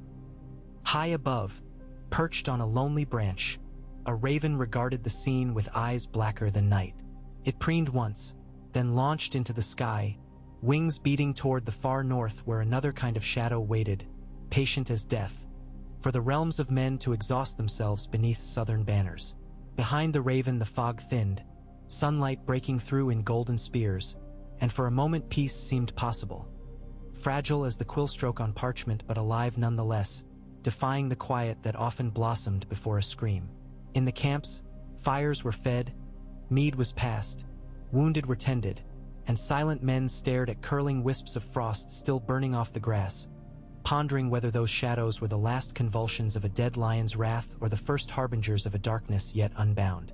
The fog never quite lifted from the Derry meadow that day, but the sun climbed regardless, a wan disk glaring through drifting gauze. Its cold radiance limned every blade of grass the Shadow Knights had frosted and left to wilt, and by noon the field reeked of crushed mint and burnt pitch. Robb Stark paced the perimeter of his inner ditch, helm beneath one arm, the signed treaties tucked inside a waxed leather tube on his belt. Guards saluted, warhounds kept station, yet he barely saw them. In his thoughts the ink still shone wet, fragile as spider silk, a pact that might hold the North safe, unless the darkness that birthed those riders proved more relentless than fear. He paused at the ditch's edge, studying the Lannister encampment a furlong away. Its banners drooped, a listless crimson that seemed already half-mourning. Somewhere behind those silken sheets Myrcella Baratheon waited under quiet guard, hair brushed and eyes bright despite the journey. Kevan had sworn on the Seven she would pass into Stark custody upon nightfall. Robb trusted the older man's word, yet the shadow's hiss still curdled his marrow. Lord Tywin speaks from beyond, whose mouth had voiced the dead, and whose hand guided such sorcery. Catelyn joined him, cloak lifted by a chill breeze. Ravens have flown to Riverrun and Seaguard, she said. Your lords prepare hostages and safe passes as the treaty commands. But Jason Mallister reports Bolton's men turned east at Barrow Hall, not south. He senses mischief. Roose never marches where light falls, Robb murmured. Yet without Frycoin he will scheme close to home. We'll guard the neck. His gaze returned to the Lannister tents. I have offered peace. The next blow will expose its true enemy. Across the meadow riders assembled. Ser Helman Tallheart escorting Willem Lannister to the halfway tree. Ser Davin Lannister guiding the Fry twins, petrified beneath ill-fitting mail. Catelyn's heart pinched at the sight. The war had carved children into silver pieces traded for quiet. But quiet itself was priceless now. Grey wind slunk at Robb's heel. The direwolf's hackles lay smooth, but his eyes never left the treeline beyond the Parley ditch where the mist pooled thickest. Twice he bared teeth at nothing visible. Twice Robb laid a calming hand on his ruff, though unease coiled in tandem. The exchange passed without blood. Armigers counted paces, handed reins, clipped manacles, and guided the young hostages toward new masters. Willem, thin but unbowed, offered Robb a curt nod. Robb, remembering his promise to Jane Westerling's family, returned the nod with restrained courtesy. Myrcella, in turn, curtsied with trembling dignity before climbing the palfrey Tallheart supplied. The scrolls of safe conduct rustled like pale ghosts when the herald tucked them into his satchel. As trumpets signaled completion, Kevan Lannister rode forward alone, visor raised. He reined in opposite Robb at the ditch. The king will honor the truce, he said. Joffrey prepares letters of ratification as we speak. Then the North will march no further south so long as those letters bear true. Robb's voice carried for the onlookers. Yet we both saw sorcery strike this field. If such power steals a crown's will, parchment will not save us. Kevan's jaw nodded. One sorcerer I know, the Red Woman who suckles Stannis' pride. Yet I taste a different chill on that foe. I have heard tales of the Citadel's black arts, Robb said, of binders of shade and frost. He looked toward the far tree line again. If you harbor such, hunt them. I will do likewise. For if peace sours, the winds beyond the wall will not wait on our squabbles. Kevan's eyes narrowed, perhaps measuring the young king for the first time not as rival but as comrade against something worse. The lion has lost his roar, he said quietly. But claws remain, the Tyrells, the Faith, the Sellsword captains. They will rend what order is left if we falter. Keep your wolf from their throats until we tame the yard. Robb inclined his head. They parted without salute, each returning to camps that watched in brittle silence, as though the truce itself might fracture beneath a raised voice. By nightfall, gray banners stirred above Stark pavilions, torches flickering along the ditch. In the king's tent Robb sat with Talisa, once Jane Westerling until secret annulments freed her, tending the parchment's verbiage by lamplight while Myrcella supped under Catelyn's gentle questioning. The girl's composure surprised them all. She asked after Sansa, after Joffrey's welfare, even dared hope her mother would grant her the journeywoman's cloak when she married. Robb promised safe passage north or south once hostilities ceased. The girl smiled tremulously, grateful. But elsewhere tension thickened. Great John boasted that no shade could swallow an umber. Lady Mormont sharpened axes. Karstark scouts whispered of moving shapes at riverbank. Robb dispatched riders to every watchfire. No swords drawn unless enemy steel flashed first. No flames wasted on phantom fears. He saved his last command for Vyman. Send word to Jon at the wall. Tell him the war may pause, but the North remains his ally. He paused, eyes shining in torch glow. Tell him Father's spirit walked beside me today. Vyman bowed, quill poised. In the quiet after, Robb stood outside his tent, studying stars that winked through ragged cloud. Gray wind pressed flank to his leg. Somewhere beyond sight, an owl hooted, solemn. He whispered into the night, "Keep this peace, Ned Stark. Guard us from what your death unleashed." Far below the wall, in Barrowton's drafty great hall, Roose Bolton listened to Lady Barbary recount burial rituals older than Undul's. Around them flickered tapers that failed to warm vaulted stone. Each guttering flame cast his pale eyes in deeper shadow. "A Barrow King's wrath lingers," she said, stroking iron rings on her fingers. "Disturb these mounds and winter itself will hunt you." Roose smiled faintly.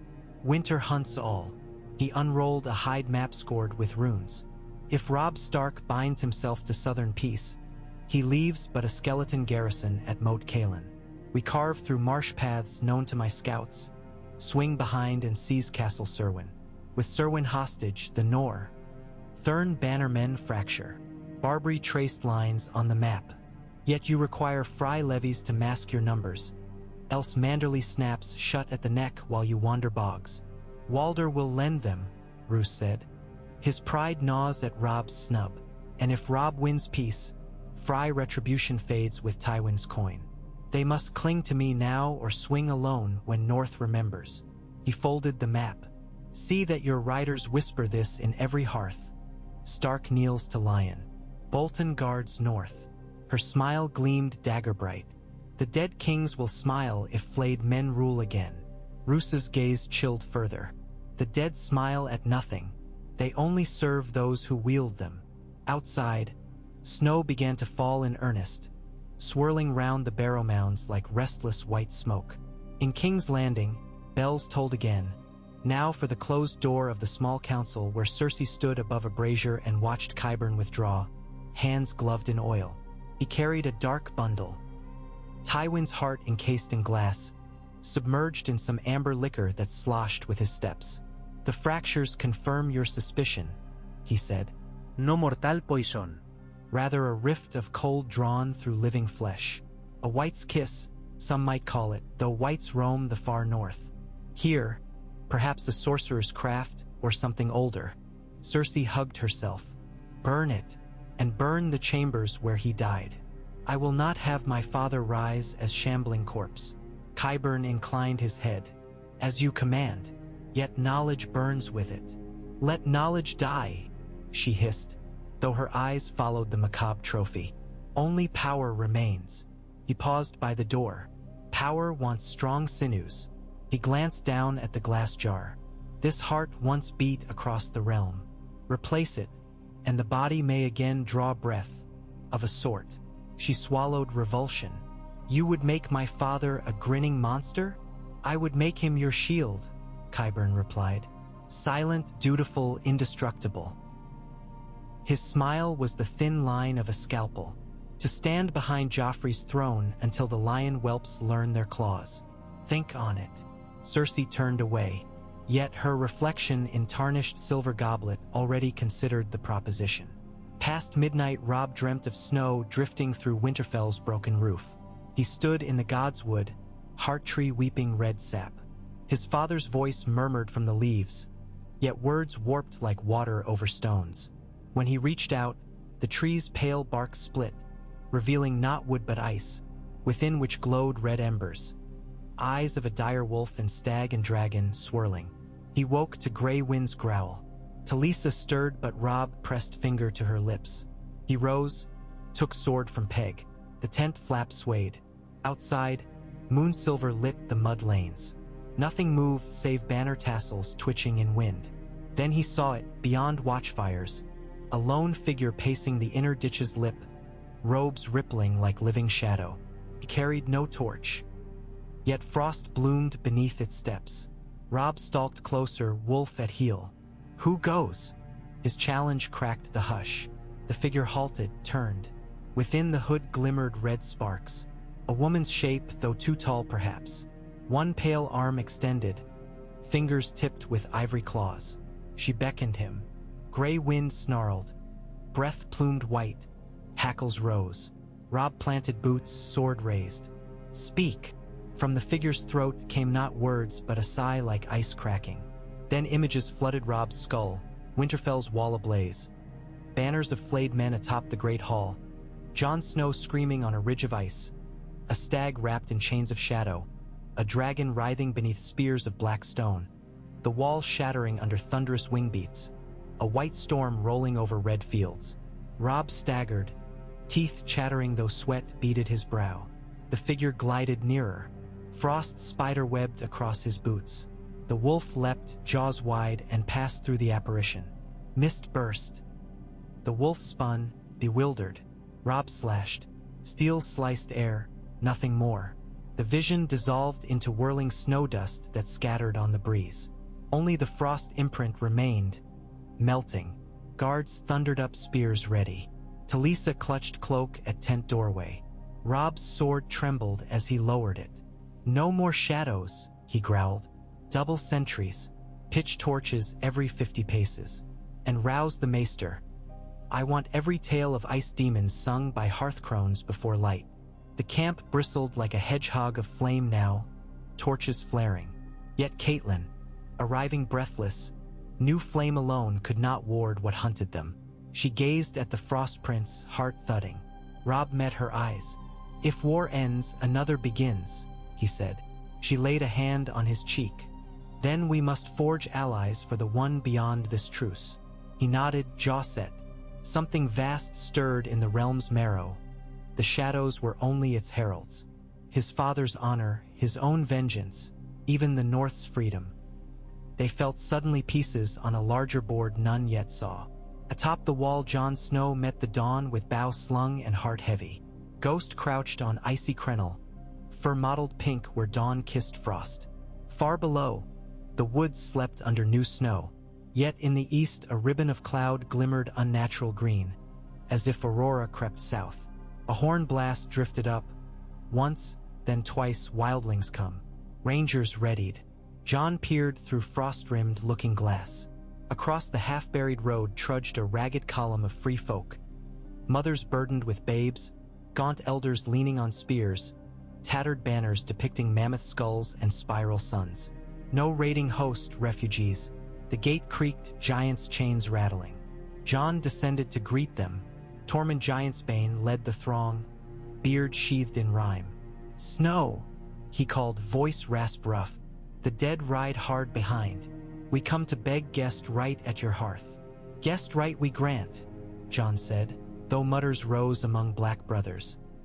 "But guest right demands peace." "Peace we'll keep," Tormund answered, "till the long night ends or the world's bones crack." Jon lifted gaze over the wildling's shoulder. At forest's edge, shadowy figures lingered, tall, gaunt, eyes pale blue. They watched without approaching. Fear prickled. Ghost growled. His breath steamed white. Jon felt the wall beneath his boots pulse, as if the ancient magic with incensed predators. He addressed the wildlings. "Into the tunnel, quick, then to Long Barrow Keep. We'll feed who we can." Tormund nodded.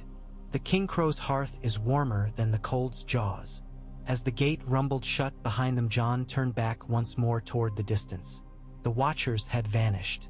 Yet on the snow plain a faint shimmer pulsed, the outline of a crowned figure of shadow pointing south with blade of night. Across slushy seas the fury closed on Blackwater Bay, Stannis at prow. Dawn revealed the scorched hulks still half-sunken from the wildfire battle. Great ribs jutting like dragon bones. Melisandre joined him, wind whipping crimson hair. "Fire once burned here," she said, "but cold shall rise. I feel it in the water." Stannis scowled. "The Boy King hunts in the wood beyond Rosby?" "Soon," she whispered. "Yet another target stands nearer, the chain that binds the realm's purse." She pointed at King's Landing's river gate, where barges queued with grain and silver.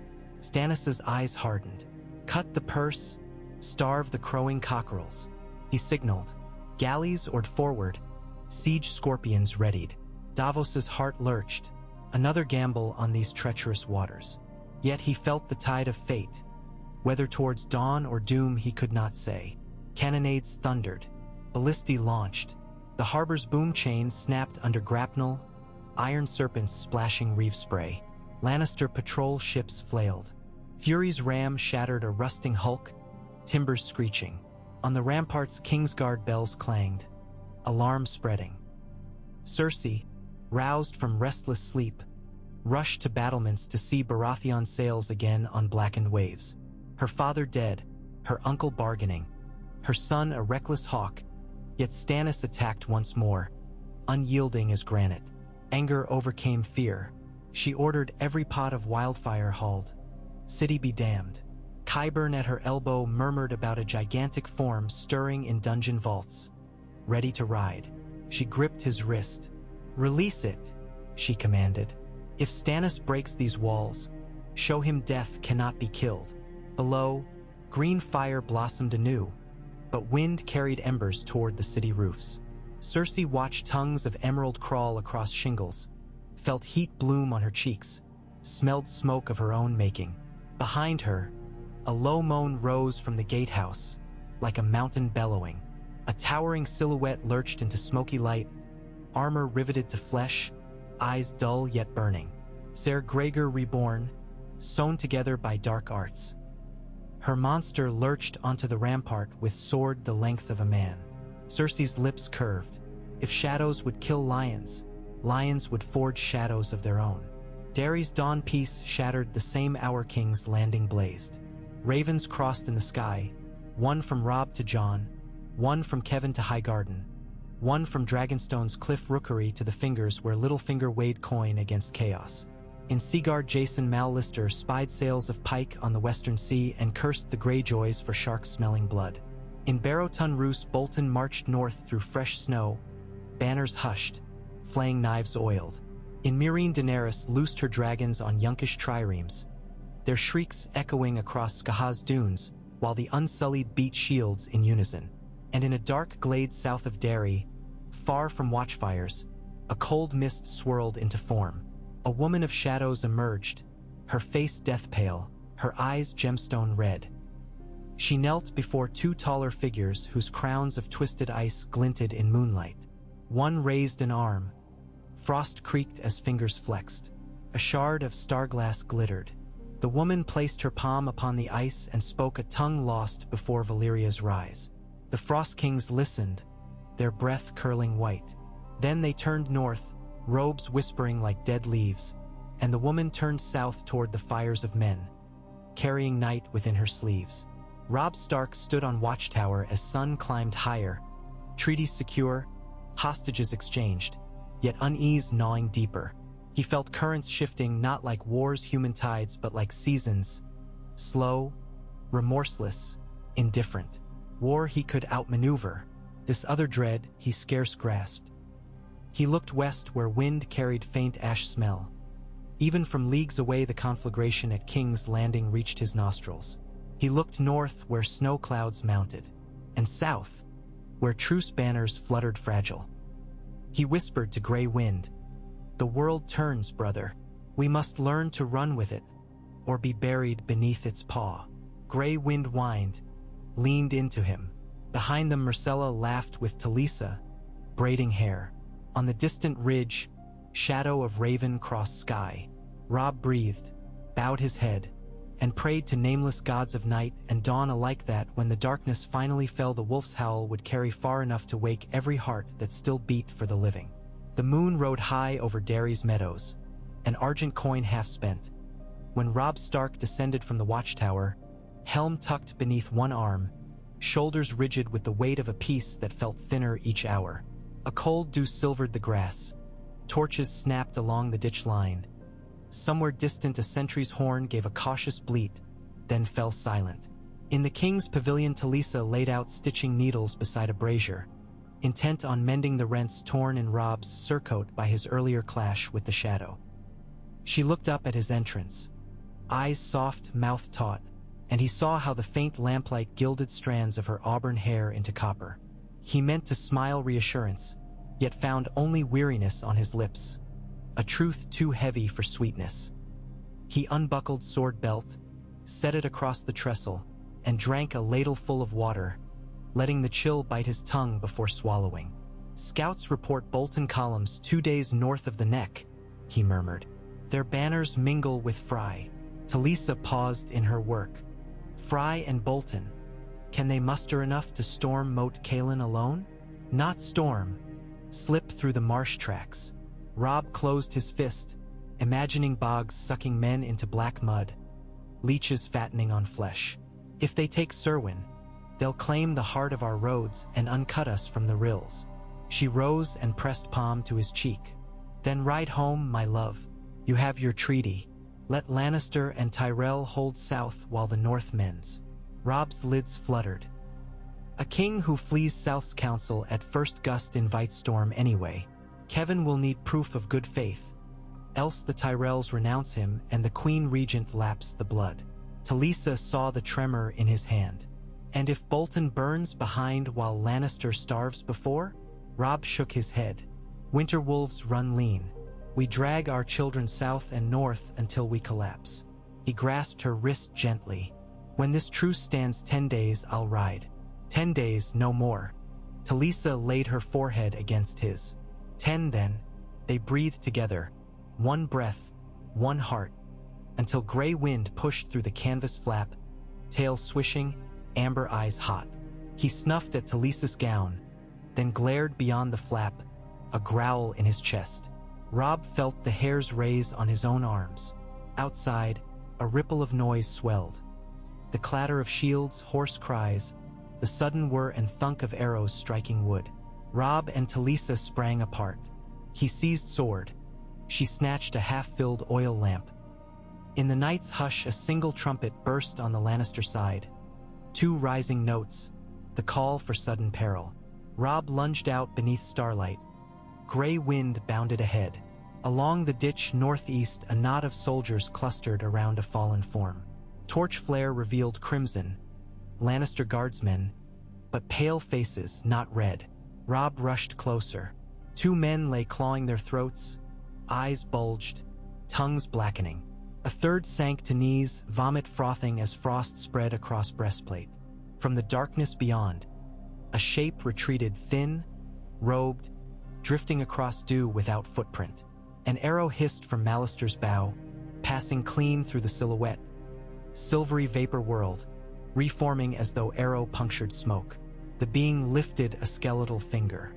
The dying guards drew ragged last breaths, then collapsed, ice crystals dusting beards.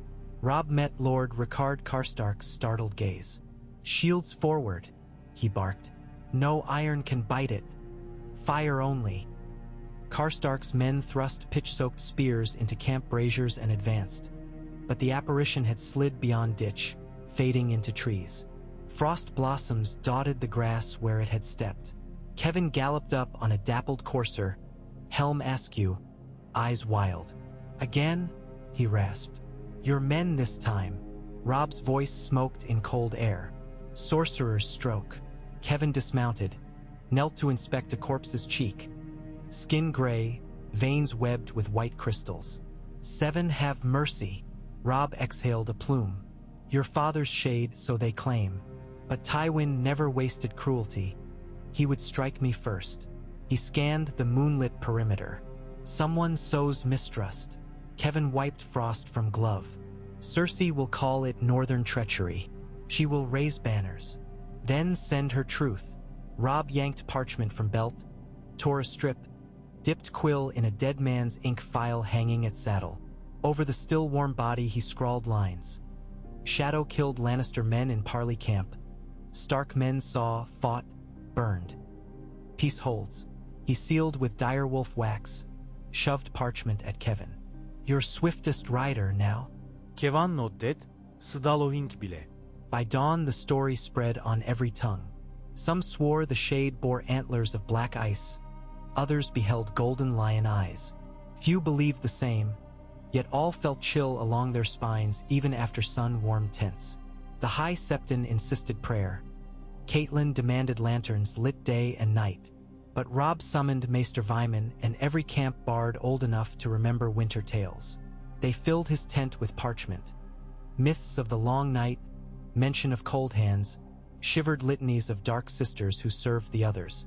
One scrap, copied from Pentoshi sailor logs, told of a frost which once glimpsed upon Skago's cliffs, wearing robes of tattered shadow and eyes red as embers. She fed the sea with child's blood, they said, to keep storms white. Skago's lies far north, Catelyn whispered, yet her voice bore no comfort. Robb tapped ink-blotched finger. Yet Davos Seaworth once saw glass candles alight in Dragonstone. If Stannis stirs old magics, others answer. He clenched fist. The old gods call their champions. The seven call theirs. Dragons call fire. Ice calls frost. Men stand between, doomed to drown. Catelyn closed the book. Not doomed. We choose which tide we row. Southeast, the Blackwater blazed green once more. But this time the wildfire danced upon the water less fierce than memory. Stannis' flagship Fury cut through smoke, oars laboring, ballistae snapping cables that hurled iron bolts into half-burned hulks chained across the channel. Davos Seaworth stood upon the forecastle, counting heartbeats between thunder bursts of catapults atop the city walls. To east and west, smaller galleys hugged shallows, disgorging troops onto muddy banks, unopposed save by arrow flights. Yet above all roared the colossal figure lumbering along King's Landing's parapets. Ser Gregor reborn. Plate fused to flesh, bellow issuing through throat stitched by Qyburn's grim craft. He swung a two-handed sword wider than a man's torso, cleaving barrels of pitch in midair, scattering green fire in deadly arcs. Stannis watched, jaw muscle twitching. That thing cannot be slain by mortal steel. Melisandre's eyes shone ruby. Nor need it. The fire's answer greater flame. She raised arms, her ruby pulsed. On Fury's deck a brazier blossomed crimson. From its heart whirled a serpent of living flame, twisting upward, snatching a stray wind. It soared across the Blackwater, a comet trailing embertails, struck the rampart below the mountain and erupted. Stone cracked from sudden heat. Soldiers retreated, screaming as armor glowed cherry. Gregor staggered, helm blackening. Yet he did not burn, only smoked, as though tormented but unconsumed. Stannis signaled. A half-dozen scorpions loosed quarrels tipped with obsidian carved from Dragonstone's mountain. Each bolt shrieked skyward, glimmering dark purple, and struck the giant's torso. One lodged above clavicle, one pierced greave, another shattered on pauldron. The mountain roared an awful, wet sound. Melisandre's lips moved. Blood-red motes spiraled from her fingertips across the water, colliding with the embedded glass. The obsidian shards ignited inside armor joints, tunneling veins of crimson through flesh beneath. Gregor faltered, sword arm sagging, then dropped the massive blade. He fell to one knee. With ragged howl, he lurched backward over the parapet, tumbling into the city streets in a crash of stone and dust that shook walls. Cersei, watching from the red keep's ramparts, flung her goblet against marble. Qyburn cowered behind a merlin. Your Grace, he yet stands, listen. But the crash echoed final. No figure rose from rubble. She gripped banner staff. Seros Mun. Man the scorpions. Sink every ship. Voices answered. Gold cloaks raced. Yet watchers saw the mountains fall and faltered. Some believed sorcery now championed Baratheon. Some whispered that shadows protected the Lannisters no longer. Fear turned to confusion, confusion to retreat. Stannis directed galleys to ram Rivergate chain once more. Links parted, water rushed. Small boats laden with stormlanders slipped through. JH oars churning. They leapt onto docks, planting stag banners amid smoking timbers. City bells rang frenzy. But green fire still licked roofs near the Street of Sisters, blown inland by fickle wind. Flames consumed shanties. Refugees poured toward Maegor's Holdfast, choking gate archways. Jaime Lannister, having slipped Derry 2 days prior and arrived at dawn, found himself wielding sword not against Baratheon but to hack timbers, forming fire breaks. He fought beside the Hound, who cursed smoke like sworn enemy. "God's damn wildfire," Sandor bellowed, hauling buckets from well. Jaime wiped soot from brow. "Careful, people will think you hero," Sandor spat.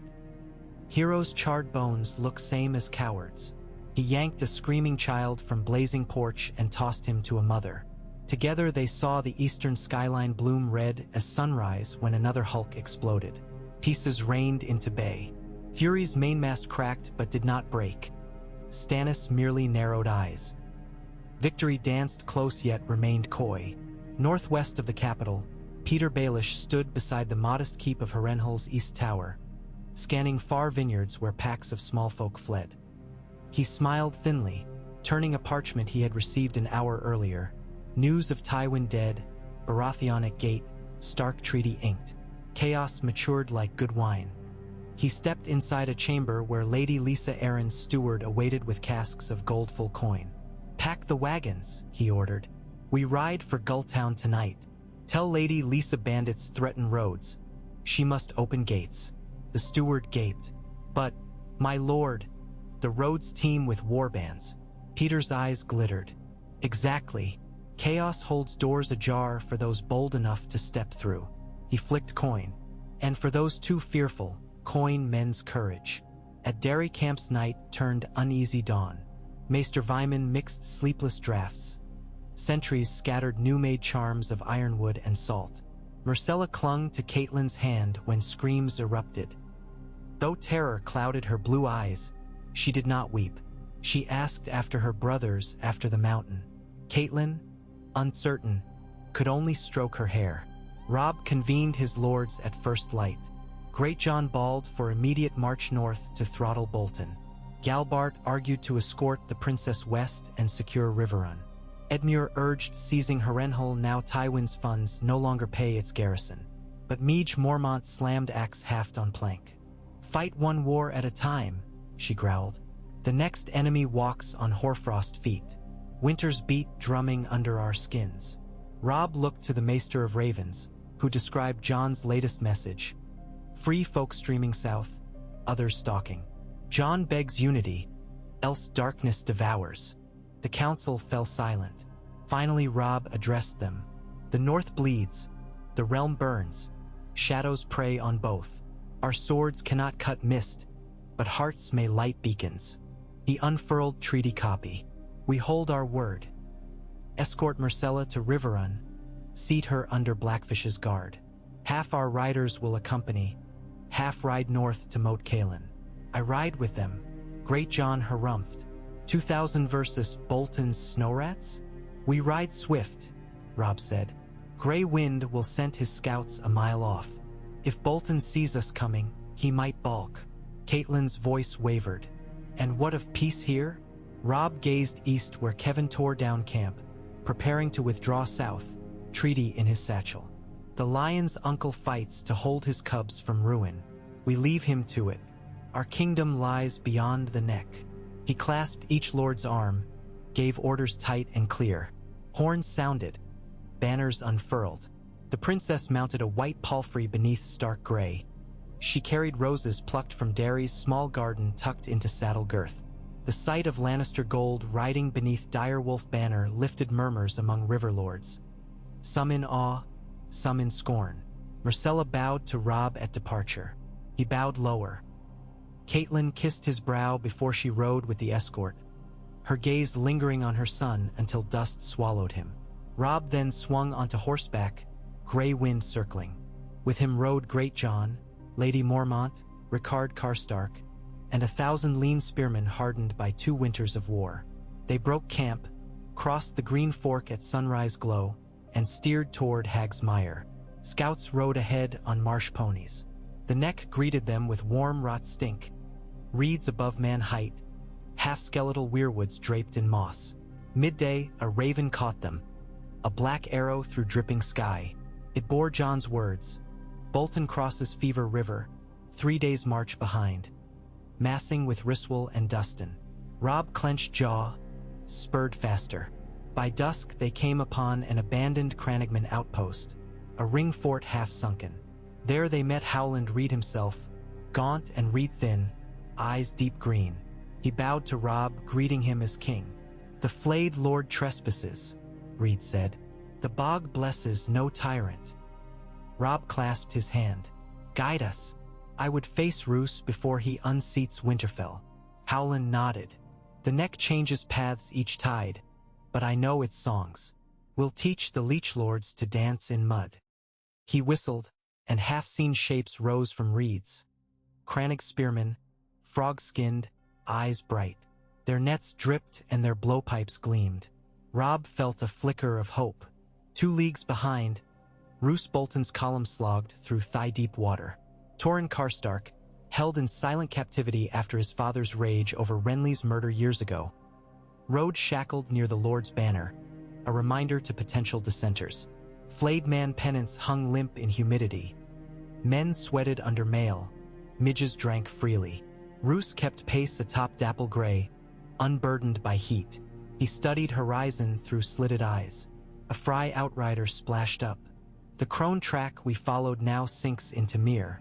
No path east." Roose's smile barely creased lips. "Paths not found seldom aid wolves." He signaled halt. "Send 4 scouts west, 2 east." As the outrider cantered away, Roose drew from saddlebag a scrap of parchment. Blood-spotted, bearing news of Lannister peace. He read again. "Let them sign parchment," he murmured. "My quill is steel, my ink red." Behind him, Lady Dustin's banner caught faint wind. Above them all, ravens skittered in murmuration, their patterns drifting like spilled ink across dawn. One raven bore a heavier burden, a scroll drafted by Pycelle and countersigned by Kevin, bound for Old Town and the Citadel. Request for counsel on icy sorceries, unknown plague of frost. It would take weeks to arrive. The world might change thrice before Maester set pen to reply. At King's Landing dusk settled the battle's ash. Stannis' forces held the docks, but the city walls remained Lannister. Gregor's body, if body it yet was, smoldered amid rubble, but refused full death. Each time a soldier drew near to HEW off head, the corpse spasmed and belched green vapor. Baratheon archers kept distance. Cersei regrouped in Inner Bailey, ordering gates bricked anew. Stannis, on the quay, surveyed smoke curling above rooftops. Davos joined. "We hold Beachhead," Davos said. "But if we press, we burn civilians." Stannis' expression carved from stone. "Joffrey hunts tomorrow as prophecy said. A king exposed will fall." Davos's eyes widened. "The boy still intends his hunt despite siege? Cersei will send him to prove throne's courage." Stannis gripped sword pommel. "We ride west at dawn. Gate chain broken lets us round city. Strike Rosby Road." Davos nodded though heart clenched. A siege within shadow of dragonfire and ice wraiths. Behind them, Melisandre stared at Green Hill where sepulchres lay. Her whisper floated on wind. "Light must war with darkness until dawn bleeds red." At Winterfell embers crackled in rebuilt Great Hall. Lady Lyanne Mormont sat at mead board beside Maester Locke, tallying barley stores. Suddenly the weirwood heart tree outside groaned, a sound like ice fracturing. Ravens burst from branches, cawing errantly. Lyanne grabbed axe, but found courtyard empty. Still she felt eyes. Locke muttered prayer to the Seven, though he dared not speak reason. Somewhere deep in crypts beneath the hall, a cold wind sighed though no door lay open. On the wall Jon oversaw transport of wildlings into Long Barrow. Children cried for mothers lost. The wounded moaned. Infirm brothers triaged with what leeches remained. Sam hustled among them. Night crept silver and black, yet torches glimmered faint. Jon ascended parapet again. He saw silent forest, moonlight glistening on snow. No horn blasts, just hush. Then a song drifted high, brittle like ice chiming. It seemed to come from north wind, yet inside his head. Ghost stiffened, ears flattened. Jon turned. On ice 6 spear throws afar stood a woman or wraith, robed in tattered gray, hair white as hoar, eyes red coals. She raised a pale hand. Blue fire flickered in her palm, coalescing into shard of twisted glass. She pointed south at him, then crushed the shard. Shards fell like tiny stars. She dissolved into snow swirl. Jon's throat tightened. He felt the cold in marrow. He whispered, "I am the shield that guards," and the oath felt heavier than castle walls. By the 5th day since Tywin's murder, fires raged in Mirine's plaza of punishment, but they were fires of celebration. Yunkish fleet broken, Astapor's masters slain by their own slaves inspired by dragon flare. Yet Daenerys looked west, beyond Slaver's Bay to horizon glowing faint green. News whispered by sailors. Wildfire once more. She turned to Barristan. "Ready the fleet," she commanded, "and gather children to safety. The night grows long in the west. We sail with dawn." Barristan bowed, though seas still treacherous. "As you will, your grace, but Westeros stands fracturing. We may anchor our cause in their fear. Fear makes weak roots." She stroked Drogon's snout, he rumbled. "We'll grow ours in hope. Hope, an ember amid sheets of night." At Derry, Kevin rode south with regiments, leaving ashes of camp. The High Septon followed in gilded litter, muttering prayers for peace newly born. Yet behind them, on the Parley field, the lone oak's leaves browned overnight, veins webbed with frost though summer still clung to calendar. A passing plowman crossed himself and hurried by. Later, a Crannog scout, sent ahead of Robb, crept near and found frost pattern on trunk-forming sigil. A crowned skull half-shrouded. He fled, telling Howland. Howland whispered to the wind spirits and burned resin incense. The smoke curled into shape of wolf and stag entwined. He understood. The North and the Stormlands shared purpose unknown. Robb's host neared Moat Cailin on the 7th day. Heavy mist rolled off standing pools. Frogs croaked. Reed guides slipped between islets, placing reed torches to mark safe stepping. At dusk, the fortress's broken towers loomed 3 names: Drunkard's, Children's, King's Crown, all long ruined, but Bolton banners fluttered on Crown Tower. Moots of campfires dotted causeway. Robb surveyed from knoll, heart thudding. Bolton scouts spotted them late. Horns blew single note. Figures scrambled. Yet the swamp betrayed footfalls. Many crashed knee-deep, sucked by mud. Crannog nets flung, bolus word. Northmen arrows hissed. Robb led vanguard across a narrow spit, gray wind bounding. They reached Drunkard's tower where 2 Fryguards stood aghast. Robb's sword flashed. One fell. The other fled, only to be dragged underwater by Reedfolk's spear. Battle flared across causeway but brief. Bolton men, separated by bog, could not mass. Flayed men banners sank in marsh, water turning pink. From Crown Tower, Roose himself emerged onto parapet lit by dusk. He lifted pale hand, palm open. A horn sounded, ragged. His men lowered arms. Robb shouted, "Yield Moat Cailin and depart north unarmed." Roose's voice carried thin. "I yield." Yet his eyes held no defeat, only calculation. He gestured to walkway. "Parley, nephew?" Robb advanced warily with escort. Mud-sucked boots. Mosquitoes whined. They ascended cracked stair. Inside ruinous hall hearth poured blue smoke, though no flame. Roose poured wine into 2 chipped cups. "The North needs healing," he said. "Our rift weakens all." Robb did not drink. "You ripped the North to seize it." "I wished security." Roose's gaze never blinked. Tywin promised rich reward for wolves' heads, yet his death left purse unopened. "I hold no illusions now. King of Winter may shepherd us all, if he learns cruelty equal to fate." Robb's jaw hardened. "Cruelty is Tywin's legacy. I'll not claim it." "Then claim fear's respect another way." Roose leaned forward. "The cold comes, boy. When White Walkers march, banners matter little. House Bolton will stand behind Stark if Stark forgives blood." A twitch of mouth, ghost of smile. "I offer fealty and proof." The captured Torrhen Karstark. Release him, and his father's grudge fades. Robb knew Karstark's wrath still raw. He weighed. "Yield Serwyn, return hostages, swear by old gods." "I swear."